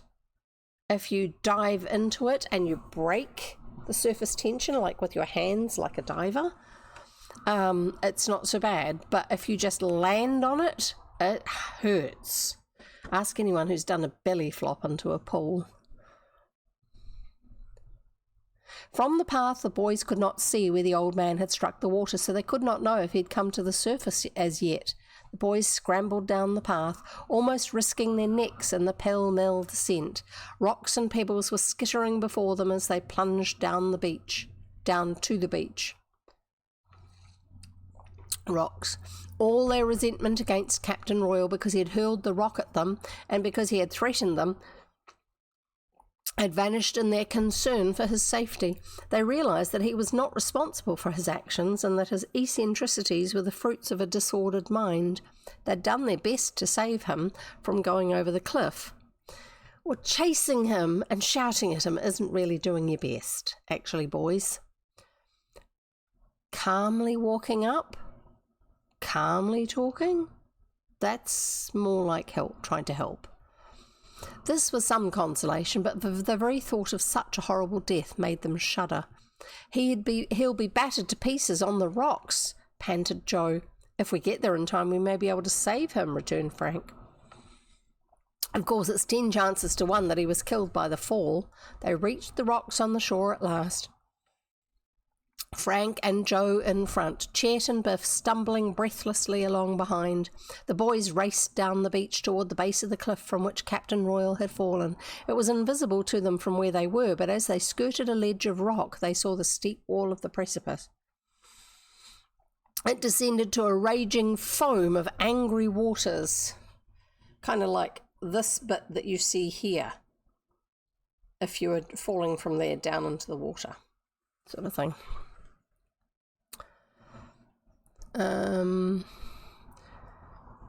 It descended to a raging foam of angry waters where the surf beat among the black pinnacles of rock projecting from the sea at the base of the cliff. If it hit any of those... He hasn't a chance in the world, declared Chet when he viewed the gloomy scene. Fog hung over the shore, and through it loomed the black cliff and cruel rocks. They could see no sign of Captain Royal in the waves. However, the boys hastened on toward the base of the cliff, approaching as near as they dared. Frank scanned the water in vain for a glimpse of a bobbing figure being cast in toward the shore. He wouldn't live 10 seconds in that sea, declared Biff with conviction. I'm afraid you're right, Biff, replied Frank sadly. I guess we'll never see the poor old chap again. Pretty tough, said Chet. After all, he didn't know what he was doing. He was just crazy. He should have been somewhere in a place where his friends could look after him. And now, put in Joe, we'll probably never know if he was Todd or not. Chet looked up, interested. What's that? He asked, but before Joe could explain further, Frank gave a shout of excitement. I see him! Look! He pointed toward the black rocks at the base of the cliff. There, in the midst of the tossing waves, they had a momentary glimpse of a limp figure, an upturned face among the dark waters. There was no doubt that this was Captain Royal, but whether he was alive or dead, they could not tell. I'm surprised he'd say that the description is dark waters, because if it's amongst rocks and there's waves heaving, they'll be white because of the bubbles being caught when in the water as they hit against the rocks. A gigantic wave picked up the body and hurled it toward the dark rocks again. Somehow the limp form was thrown clear, otherwise it would have been battered to pieces, and it tumbled into a quiet pool beyond the jagged pinnacles. Artistic license. There the body lay, face upward, just as well. Arms flung helplessly out. We've got to get him out of that, declared Frank, taking off his coat. How can we? You'll be smashed to pieces against the rocks, exclaimed Biff. I'm going to risk it anyway. You'd better wait for low tide. Too late then. Frank, don't be foolish, cried Joe in alarm. You'll never be able to make it. But Frank was obdurate. I think that's stubborn, but I'm not sure. Oh, I can reach him if I'm careful, he said. Perhaps he isn't dead. He may be only stunned and unconscious. If we leave him there, he will be killed.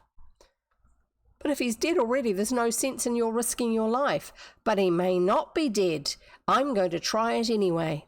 Without another word, Frank handed his coat to Chet, and then, because the coat will drag you down if you get caught in the water, and made his way along the rocks at the base of the cliff. For a few yards his progress was uneventful, but as he reached the deep water and the great waves pounded against him, he was obliged to exert all his strength to breast the angry surf. Once he was knocked off his feet, and the watchers had a glimpse of his head and outflung arms in a smother of foam. Then he disappeared from sight. A moment later, however, they saw him emerge, dripping, beside a rock that jutted out of the water, and pull himself up to safety.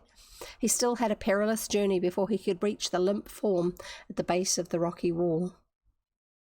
He rested for a moment, with waves breaking over him as he clung to the rock. Then the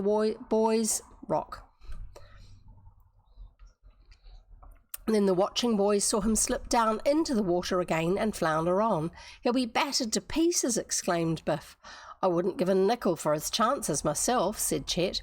Joe shook his head. He may get there all right, but if he tries to bring Captain Royal's body back with him, he hasn't a Chinaman's chance. Whatever that means. Sounds a little bit racist.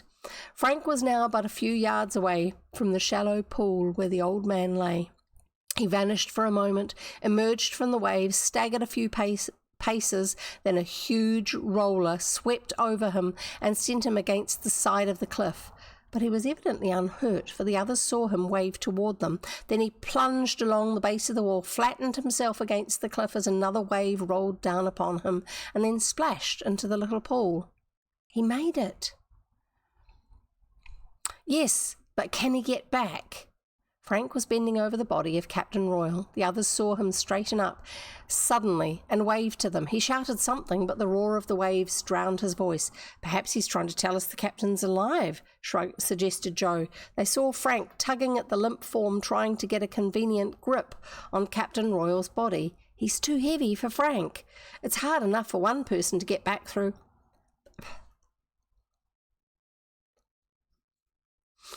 those waves alone without dragging someone else along." But evidently Frank was going to try it. Going to the pool, his danger had been that a wave would pick him up and dash him to pieces against the rocks. Returning, his danger was that he would be unable to put his strength against the force of the waves at all, that he would become exhausted before he reached the open shore again. He had hoisted Captain Royal's body up until the old man's arms were over his shoulders, and he gripped the wrists over his chest. The body was thus across his back. Head down, Frank plunged forward out of the sheltered pool, directly into the waves. The first breaker smashed against him with terrific force. He lost his balance, staggered and fell. The watchers groaned. They saw the two figures in the foam, saw that Frank had lost his grip on Captain Royal, but Frank managed to get to his feet. Then he reached out and seized the captain by the back of the shirt. He was not beaten yet. He dragged the unconscious form into the very heart of the raging waves, where they surged against the sharp rocks. Each time a mighty roller came toward them, its crest tipped with foam, he lowered his head and set himself for the shock. So, inch by inch, he forged his way forward until he was amongst the rocks. Here, his danger was at its worst. The water was not deep, but a misstep would have grave consequences, for if he once fell, the waves would batter him against the rocks, and his chances of regaining a foothold would be slim. "I hope you all came with lots of water, ready for this, and that you'd already emptied your bladders." He rested a while in the shelter of the largest rock, waited until a huge wave went by with a crashing roar, and then as the water receded, plunged on again. Once he seemed to stagger, but he kept his balance somehow and clung to another rock. There's lots of rocks. I'm glad I filled this one up.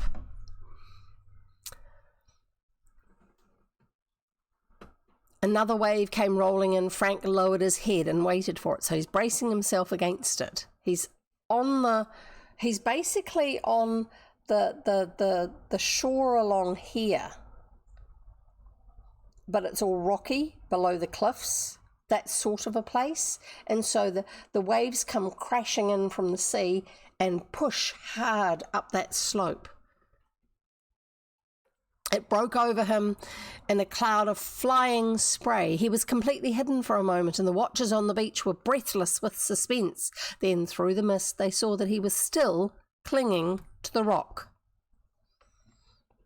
Frank was almost exhausted now. His burden, a dead weight, was very heavy. The beach seemed very far away. There were more rocks to pass.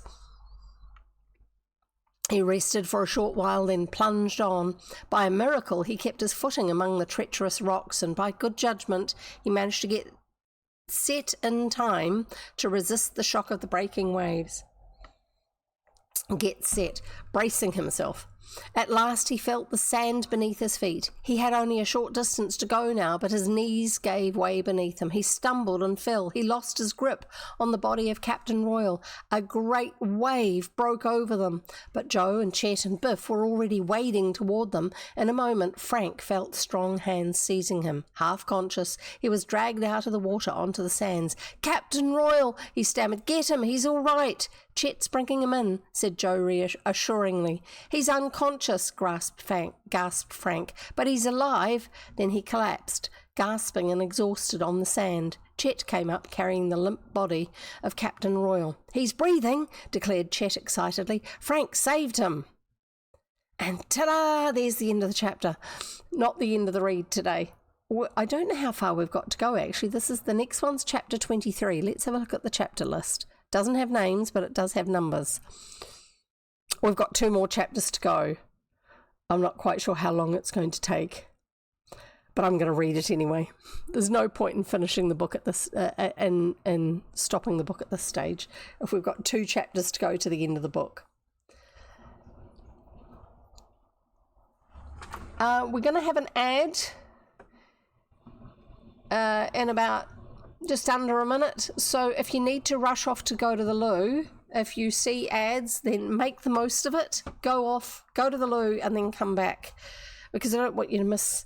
They seem to be getting more and more exciting each successive book.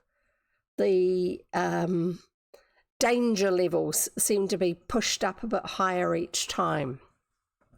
I'm not sure, but it feels like it. Chapter 23, Back to Bayport. Captain Royal was unconscious, but he was still breathing. There was a bad cut on his head, and it had bled profusely. "We'd better get him to a doctor right away," said Joe. "I don't think he's been badly hurt." Now, hang on a minute. In stories, if someone loses their memory because they've hit their head, then it's common to have them hit their head again accidentally and regain their memories. Now, it's like there's a stone that's got jammed in the wrong place, and by banging it, the stone gets dislodged and is able to move back to where it's meant to be.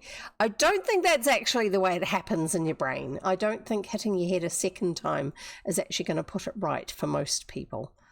But we'll just accept that this is a work of fiction. "I don't think he's been badly hurt," Chet began, feeling the unconscious man's ribs. "There are no bones broken. At any rate, he hit his head against a rock, I guess." "The blow on the head knocked him cold," Biff remarked. "Perhaps he's got concussion of the brain." "I think that's the only place you have it, isn't it?"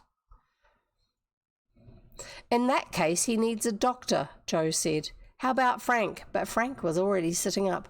"I'm all right," he told them. "I'm just about all in, but I'll be as right as rain in a few minutes. Phew, those waves sure battered me about. I'll tell the world."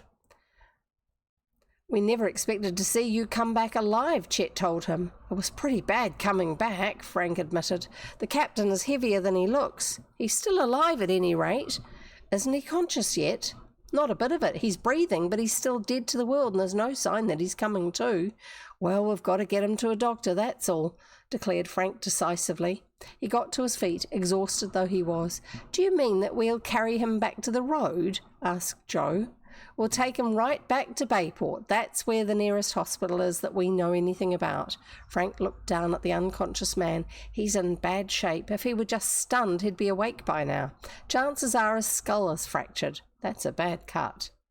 The boys looked down at the unconscious Captain Royal, sprawled limply on the sand. "It's a long haul," demurred Biff. "We can't leave him here. We can't do anything for him ourselves, you know that." "You're right." Biff went over and grasped the unconscious man's feet. "Give me a hand with him, someone." Chet and Joe helped him. They raised Captain Royal from the ground and began carrying him up the beach. Frank went on ahead, still weak from the effects of his grueling ordeal in rescuing the eccentric old man from the sea. Captain Royal showed no signs of returning to consciousness. He was a dead weight as the boys carried him on, past his own cave, past the place where Carl Shawm had been hiding, past the boys' cave. There the lads rested before undertaking the hard climb up the path to the top of the cliff. They tried all the first aid measures they had ever heard of, but Captain Royal still remained unconscious. The cut on his head was not bleeding anymore. His breathing was heavy, and the lads saw that it was no ordinary case of being rendered senseless by a blow on the head. "A doctor is the only thing," declared Frank. "His lungs are clear of water, so he's all right in that respect. He must have struck his head when he was washed in amongst those rocks." "Well, let's get busy then," said Biff, who was no laggard. "We'd better get him to the hospital as quickly as we can." They took turns carrying Captain Royal up the path that led to the top of the cliff. It was an arduous climb, and it was late in the afternoon before they finally reached the rocks above. It's a 1-hour walk each time, from what I remember. Then they rested once more before starting the journey to the fisherman's cottage. "Thank goodness he has a car," said Joe. "He'll help us take him into the city. We would never be able to carry him on the motorcycles." "An odd end to our exploration trip," grunted Chet.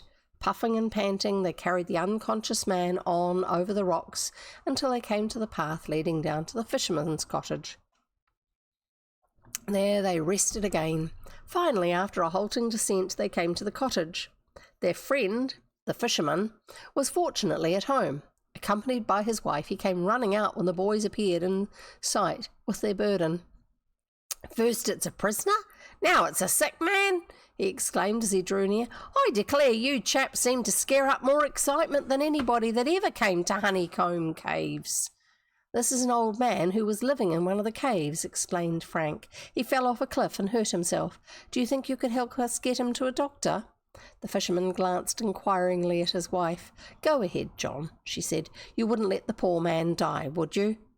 "I wondered if you'd mind being left alone." "Go on, I'm not a baby. Drive the poor fellow out to a doctor. It's easy to be seen. He needs the attention." "Oh, it's easy to see." The fisherman quickly brought out his car and they carefully put Captain Royal in the back seat. The boys brought out their motorcycles and with Biff riding in company of the fisherman, the little party set out for the main road. "Don't know whether we can find a doctor in the village or not," said the fisherman. "If we can't, there's nothing for it but to drive on to Bayport." "We'll fix the expenses," Frank assured him. "That's all right. Don't want any money for my trouble. The poor old chap seems to have got a terrible wallop on the head. How'd it happen?" "He fell off a cliff." "Did it have anything to do with the fella you brought out this morning?" asked the fisherman shrewdly. "No, nothing to do with him." They reached the main road and drove on toward the village. There they found that the one and only doctor had been called out on a case and would not be back until the following morning. "Bayport it is, then," said Joe. It was plain that the fisherman did not relish the idea of the long trip to Bayport. It was equally plain that he felt it his duty to bring the unconscious man to a doctor. On the other hand, the chums did not like the idea of using his battered car, not only because of the trouble it would give the fisherman, but because the car would not go more than 30 or 35 miles an hour. The motorcycles were invariably far ahead. The difficulty was soon solved, however.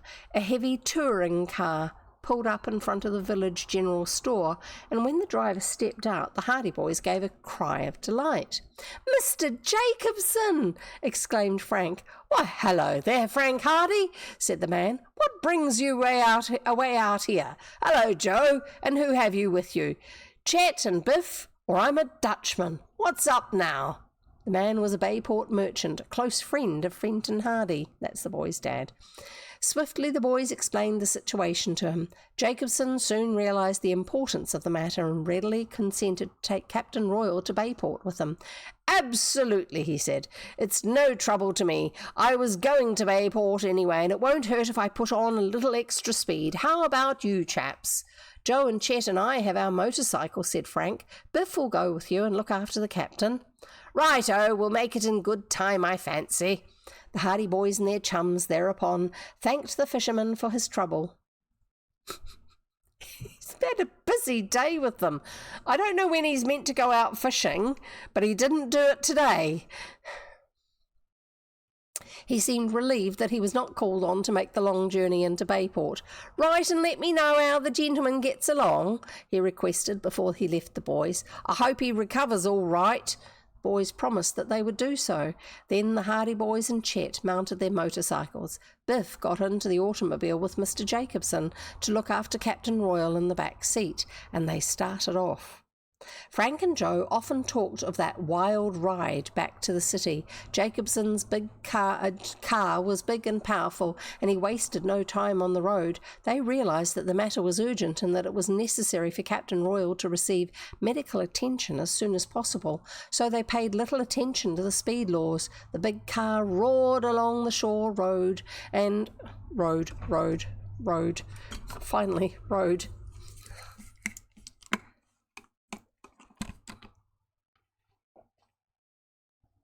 I'm having a few. And the motorcycles clattered on behind. "We should be there by midnight at this rate," grunted Joe as they sped around a curve. "We're going back a lot quicker than we left," replied his brother. At length they came within sight of the twinkling lights of Bayport. The roar of the big automobile did not diminish. At breakneck speed they clattered into the city limits. In the back seat of the car, Biff turned frequently to look at the unconscious form beside him. To his relief, Captain Royal was still breathing. "I think the old chap will pull through all right," he said to himself. Up a dark, quiet street sped the car, then came to a stop before a massive stone house with a neat gilt plate beside the door.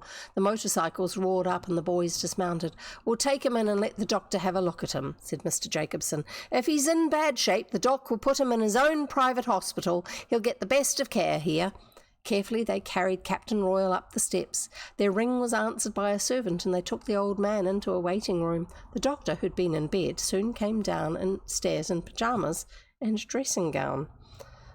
I would have thought he would have come down, because you don't usually hear in the middle of the night a big car and 3 motorcycles come roaring up to your house. "An accident case, doctor," explained Frank. "This old man fell off a cliff into the sea and he's been unconscious for 8 or 9 hours. The doctor made a swift examination. His frown deepened as he inspected the cut on Captain Royal's temple. "Odd," he said. "It isn't a very bad cut, and there seems to be no sign of a fracture. It looks like concussion of the brain to me, but he doesn't appear to have had a very hard blow." "The waves washed him up against the rocks," said Joe. The doctor shook his head. "He seems in a bad way. 8 hours, you said?" "Yes. I'll have to give him a more detailed examination. I'll admit him as a patient to my own hospital if you people will be responsible for him." "That's all right, doctor. Do what you can for him and send the bill to us," said Frank promptly. The doctor rang a bell. An attendant appeared, wheeling a long white table, probably known as a gurney these days. Captain Royal was placed upon it and wheeled away. "I'll let you know in the morning," promised the doctor. "Frankly, I don't mind telling you he's in bad shape. He may never regain consciousness again." The boys were sobered at the thought that Captain Royal, for all his eccentricities, might be dying as a result of his wild dash over the rocks. Slowly they filed out into the street, bade good-bye to Mr. Jacobson, and thanked him for his assistance, then went home. As Chet Morton lived out in the country, the Hardy boys invited him to spend the rest of the night with them. He accepted the invitation gladly, for the prospect of a long trip out of the city had not appealed to him. Biff Hooper, who lived nearby, went to his own home. Chet's house isn't actually that far away. We found out about it in the first book or 2 of the series. Although, as the series progresses, I think the city is growing, because it wasn't really a city before, it was a town, even though they called it a city. The house was in darkness when they arrived, so the Hardy boys and Chet quietly parked their motorcycles, slipped up the back stairs, and were soon in bed. They were so tired after their adventures of the day that, in spite of the temptation to discuss matters, sleep soon overcame them. Chapter 24.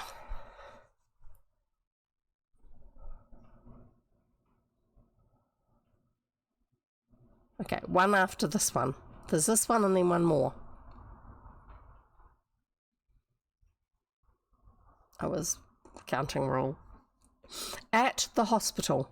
Next morning, refreshed by their sleep, Frank, Joe and Chet were downstairs early, but not earlier than Fenton Hardy, who was already busy in his office clearing up some work before breakfast. He welcomed them cheerily. "Back so soon?" he exclaimed. "I thought this trip would keep you away at least a week. What's the matter? Did you get frightened by the sea serpent?" "We didn't get frightened, Dad. We had to come back with a man who got hurt." "Oh." Fenton Hardy's expression changed to one of concern. "Who is he?" "We think he's Todd'em Todd."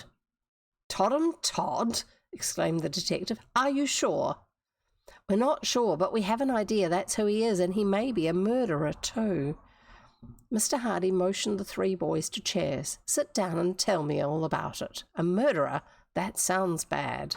With Frank as spokesman, and Chet and Joe prompting him once in a while, they told Mr. Hardy about their meeting with Captain Royal, about the eccentric behaviour of the old man, and of his actions on finding the brothers looking over his clippings in the cave, culminating in his fall from the cliff. And he's at the private hospital now. Concluded Frank.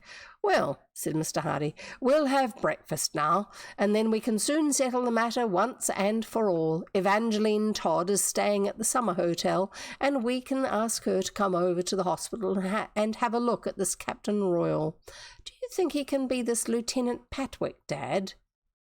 Possibly. If so, the crime may have turned his mind. Such things have happened. Well, if he's Patwick, then we'll have cleared up something anyway, remarked Frank.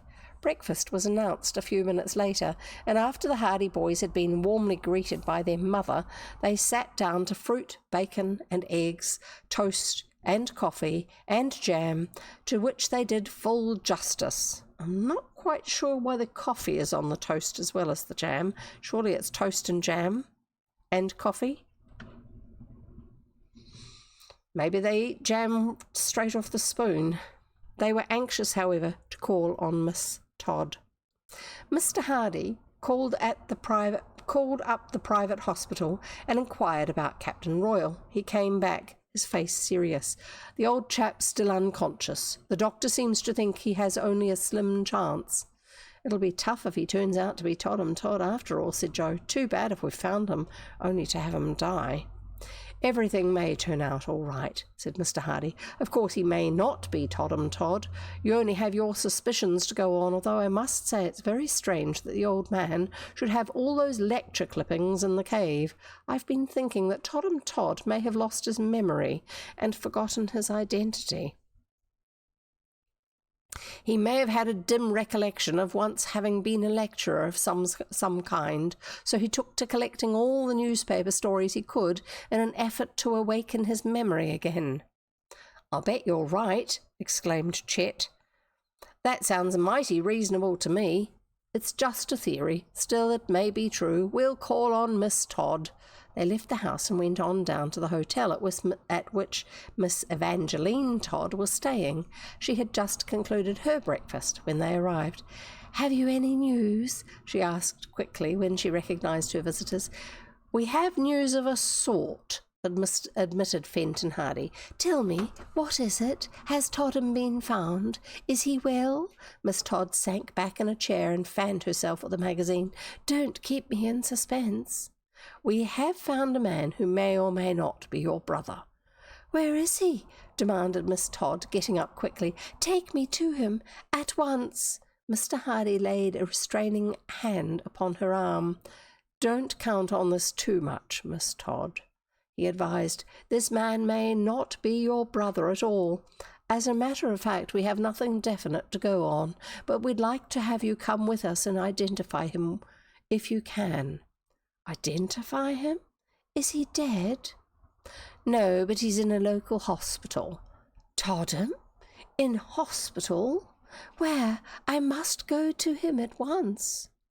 "Now, as I've already said, we're not at all certain that this man is your brother. If you will come with us, we will show you this man, and you will be able to see for yourself if he is your brother or not." "Just a minute, until I put on my hat. I'll go with you right away. My goodness, if it's really Todd'em."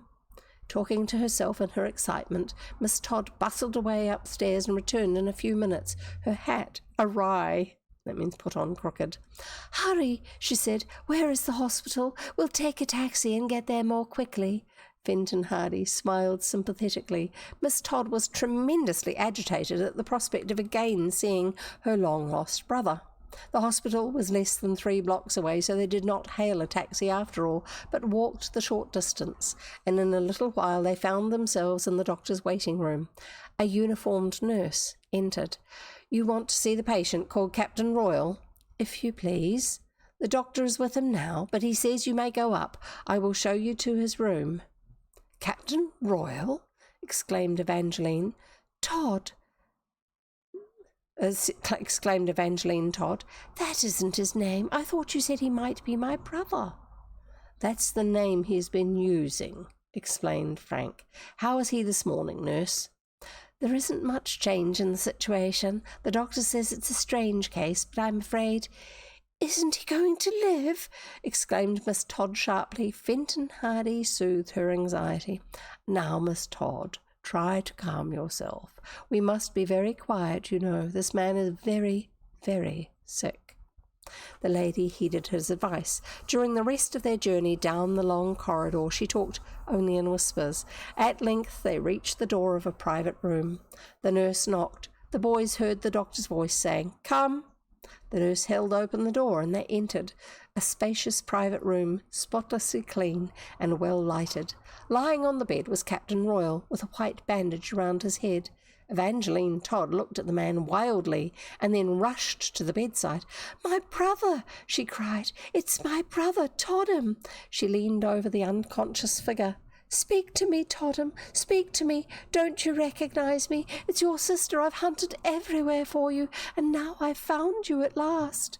Then, overcome with emotion, she sank beside the bed and burst into tears. "It's the missing professor after all," exclaimed Chet in awe. Don't forget, he's actually still unconscious, as far as we know. The Hardy boys, while they had expected that Evangeline would identify Captain Royal as her brother, were electrified with delight. "We were right," said Frank. "He was Toddham Todd after all." Mr. Hardy and the doctor tried to calm the weeping woman, who was almost hysterical with relief now that her long search was ended. "It's Toddham," she said over and over again. "It's my brother. I would know him anywhere." But the man in the bed knew nothing of what was going on. His eyes were closed, his face was white and calm. Had it not been for an occasional slight twitching of the nostrils, one might have thought that he was dead. The doctor, who knew nothing of the reason for Miss Todd's outburst, was astonished, but in a few words Fenton Hardy explained the situation to him. He shook his head sadly. "And this is where she has found her brother at last?" "Yes, he has been missing for months." "I'm afraid," said the doctor, "that she has found him only to lose him." "Is it that serious?"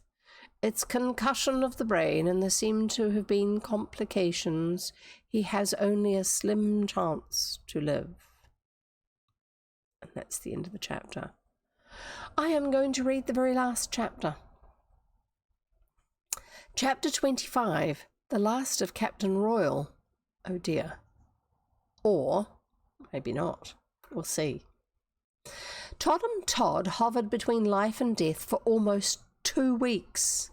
For days he lay unconscious, knowing nothing of the efforts that were being made to save him. He had the best of care, and the doctor gave him every attention, but admitted that the case was one in which he could do little. "We simply have to wait," he told the Hardy boys and Miss Todd. "He may be restored to consciousness at any moment.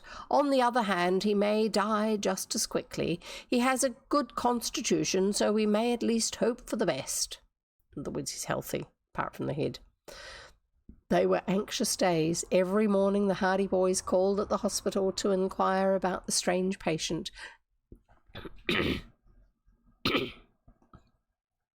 And every morning the answer was the same: "Mr. Todd's condition is unchanged." One morning Fenton Hardy came to his sons with a newspaper in his hand. He was smiling broadly. "I think the mystery is explained," he said. "Read this." In the newspaper was an account of the capture of Lieutenant Patwick, or Lieutenant Patwick. The man had been shot down on the sea-coast by detectives. Thinking he was going to die, he had admitted the murder of Barton Bixby. He also spoke of hiding in a cave with a strange old man, a lunatic. "Toddham Todd," remarked Frank. "That makes everything as clear as day," added Joe. "He must have left his clippings with Captain Royal," said Mr. Hardy. "Murderers usually like to read all that's printed about their crimes." The boys told Evangeline Todd the entire story of their meeting with Captain Royal. Although in deference to the good lady's feelings, they refrained from mentioning the fight in the cave or the incident of the shotgun. How Toddham Todd had found his way down to the coast, and what had prompted him to call himself Captain Royal and take up his hermit existence in the cave, were mysteries. If he remembers, he may remember nothing about that phase, the doctor had said. You may use your own judgment whether to tell him of it or not. We shan't tell him, declared Evangeline Todd decisively. Let him take up the threads of his old life anew. Then her face clouded. That is, if he recovers, she added with a catch in her voice. There came a morning when the nurse in charge saw the eyelids of the sick man flutter, and then he spoke. Oh dear, that's terrible timing. There's an ad break. For once, I'm going to fill in time until the ad break is over, because this is the conclusion of the story. And I think that's a bit unfair to have it stuck behind an ad. Sorry about that, folks.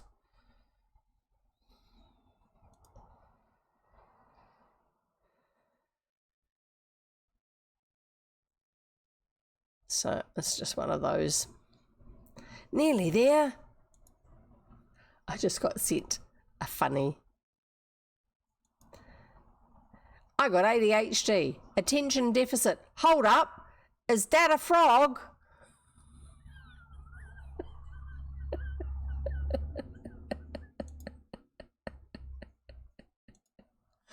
Oh dear. Right, we're back. We'll carry on because I don't want anybody to miss out on this bit. Right, here we go.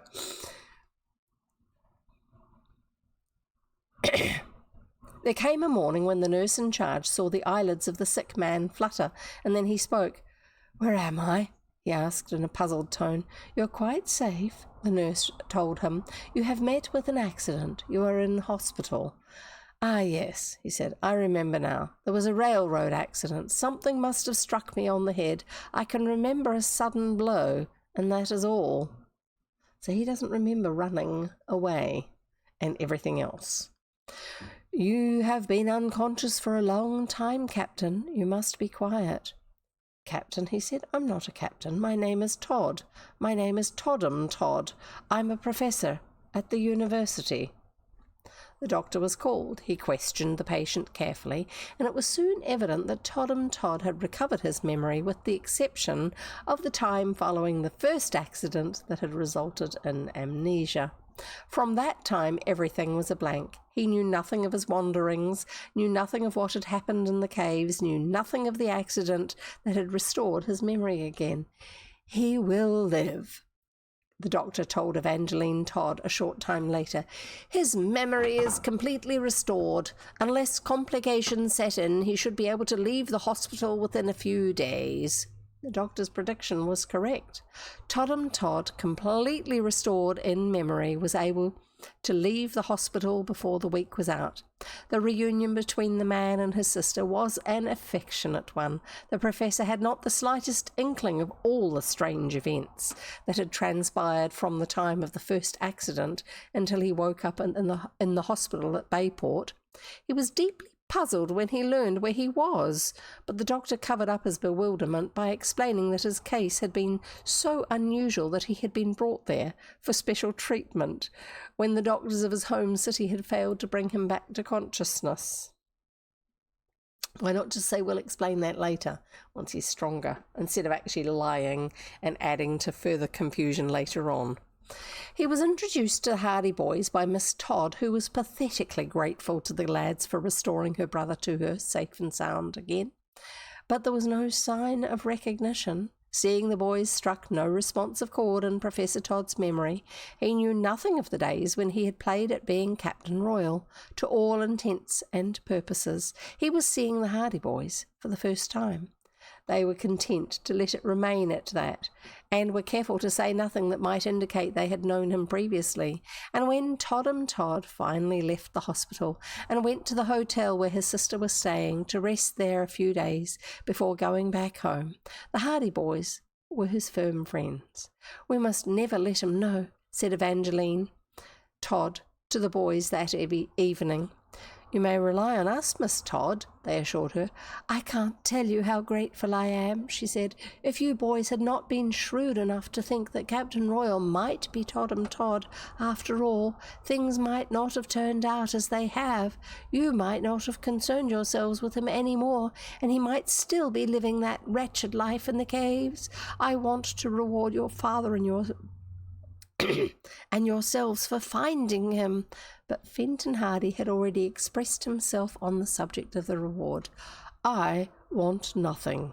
You have already paid any expenses I incurred in trying to trace Mr. Todd. As for finding him, the credit belongs to the boys."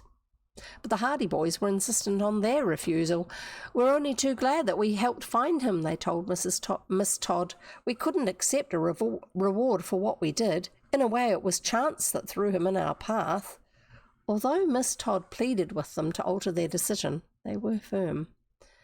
"Our greatest reward is in seeing your brother with you again and with his memory restored," declared Frank. "We want nothing more than that." But Miss Todd expressed her appreciation in tangible form before she left Bayport.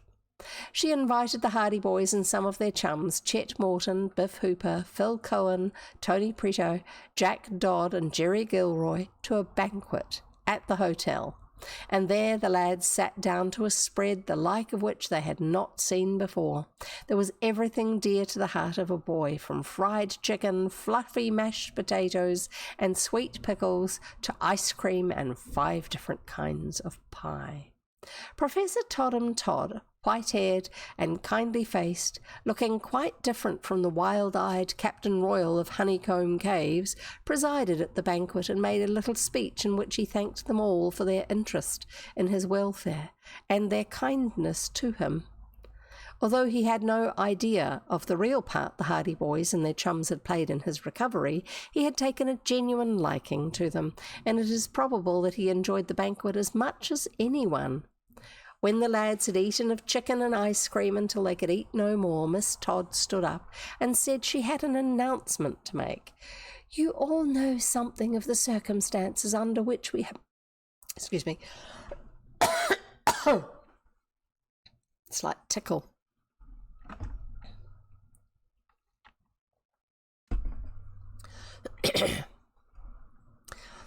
"You all know something of the circumstances under which we have gathered here tonight.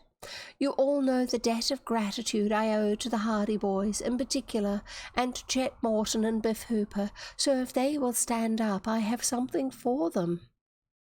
Blushing, the 4 lads got to their feet. "All I can say," continued Miss Todd, "is that my brother and I thank you very, very much." Todd'em Todd looked a bit bewildered, but he smiled quite as though he knew what it was all about. It was probable that the good man was mildly puzzled until the end of his life as to the reason for the presentations. For Miss Todd thereupon handed Frank and Joe an order for a handsome motion picture camera, something they had long wished to own. To Chet and Biff she gave each a gold watch and chain. "Speech! Speech!" shouted the other boys as the recipients of the gifts stammered their thanks. After considerable pressure, Frank was at last prevailed upon to say a few words. "I'm not a very good orator," he said. "You're a better detective," shouted one of the lads at the table. "I'm not a very good orator," he repeated, "but I certainly want to thank Miss Todd very much indeed, although we don't deserve such a beautiful present. I'm sure we're going to have a lot of fun with it, but we're mighty glad Professor Todd is better, and I guess that's all." There were loud cheers for this effort, and Frank sat down blushing. "Speech from Chet Morton." "Say, listen," protested the bashful Chet, but he was shoved to his feet. "Speech! Chet Morton's going to make a speech." "Gosh, I can't say anything except that I thank Miss Todd very much, and I'm glad Professor Todd is well again, and I wonder if there's going to be a second helping of ice cream." There was. The end. Actually, the end of the book. There you go. apart from all the Project Gutenberg waffle at the end. So there you are. We have just finished The Secret of the Caves by Franklin W. Dixon. Yes, we went over time by about 14 minutes, but that's quite all right. We can cope with that. I'm not quite sure what I'm going to be reading next time, but we will be reading something. So in other news, we have coming up next week, I think. Let's have a look. My voice went very squeaky then. Yes, next week, the free update for Disney Dreamlight Valley and also an update for Palia. But that's about today, next week, a week today. So quite possibly we'll have another 3 days of games after that, but I'm not sure. I haven't got anything specific planned. I've been chipping away at Disney Dreamlight Valley myself since I finished doing the online streams of it. There are a few things that are a little bit odd when you're trying to do things where it seems slightly glitchy or strange, the way some things work. But that's to be expected because that's what Disney Dreamlight Valley does when there's an update. A significant update. And I'm talking about them adding in the DLC. Anything else? We will probably go on with reading another book next time, but I'm not sure which one. So, yes, we'll see how it goes. Thank you all so much for being here. I love having you here, keeping me company. I hope I've been able to give you a little bit of a distraction from whatever's going on for you for your evening, and that you're ready to go to sleep now, if that's what you've got ahead of you. Thanks for hanging out with me. It really is lovely. I do enjoy it. And just a wee tip for anyone who is commonly a lurker and hasn't yet chatted, when you come into someone's stream, once you've got a little bit of a feel of who they are and what they do, please do introduce yourself so that their moderators can know that you are a genuine person, not a bot or a troll or anything else like that. And they will put that you're a safe space, a safe person to have around on your mod card, as opposed to keep an eye on this one because they might be dodgy, and you don't want that. It usually just means talking about something that's actually normal and real and human rather than sounding like a bot. And spelling mistakes are all okay because people make those. So we'll look forward to seeing you all next time. Thanks for hanging out. Look after yourselves.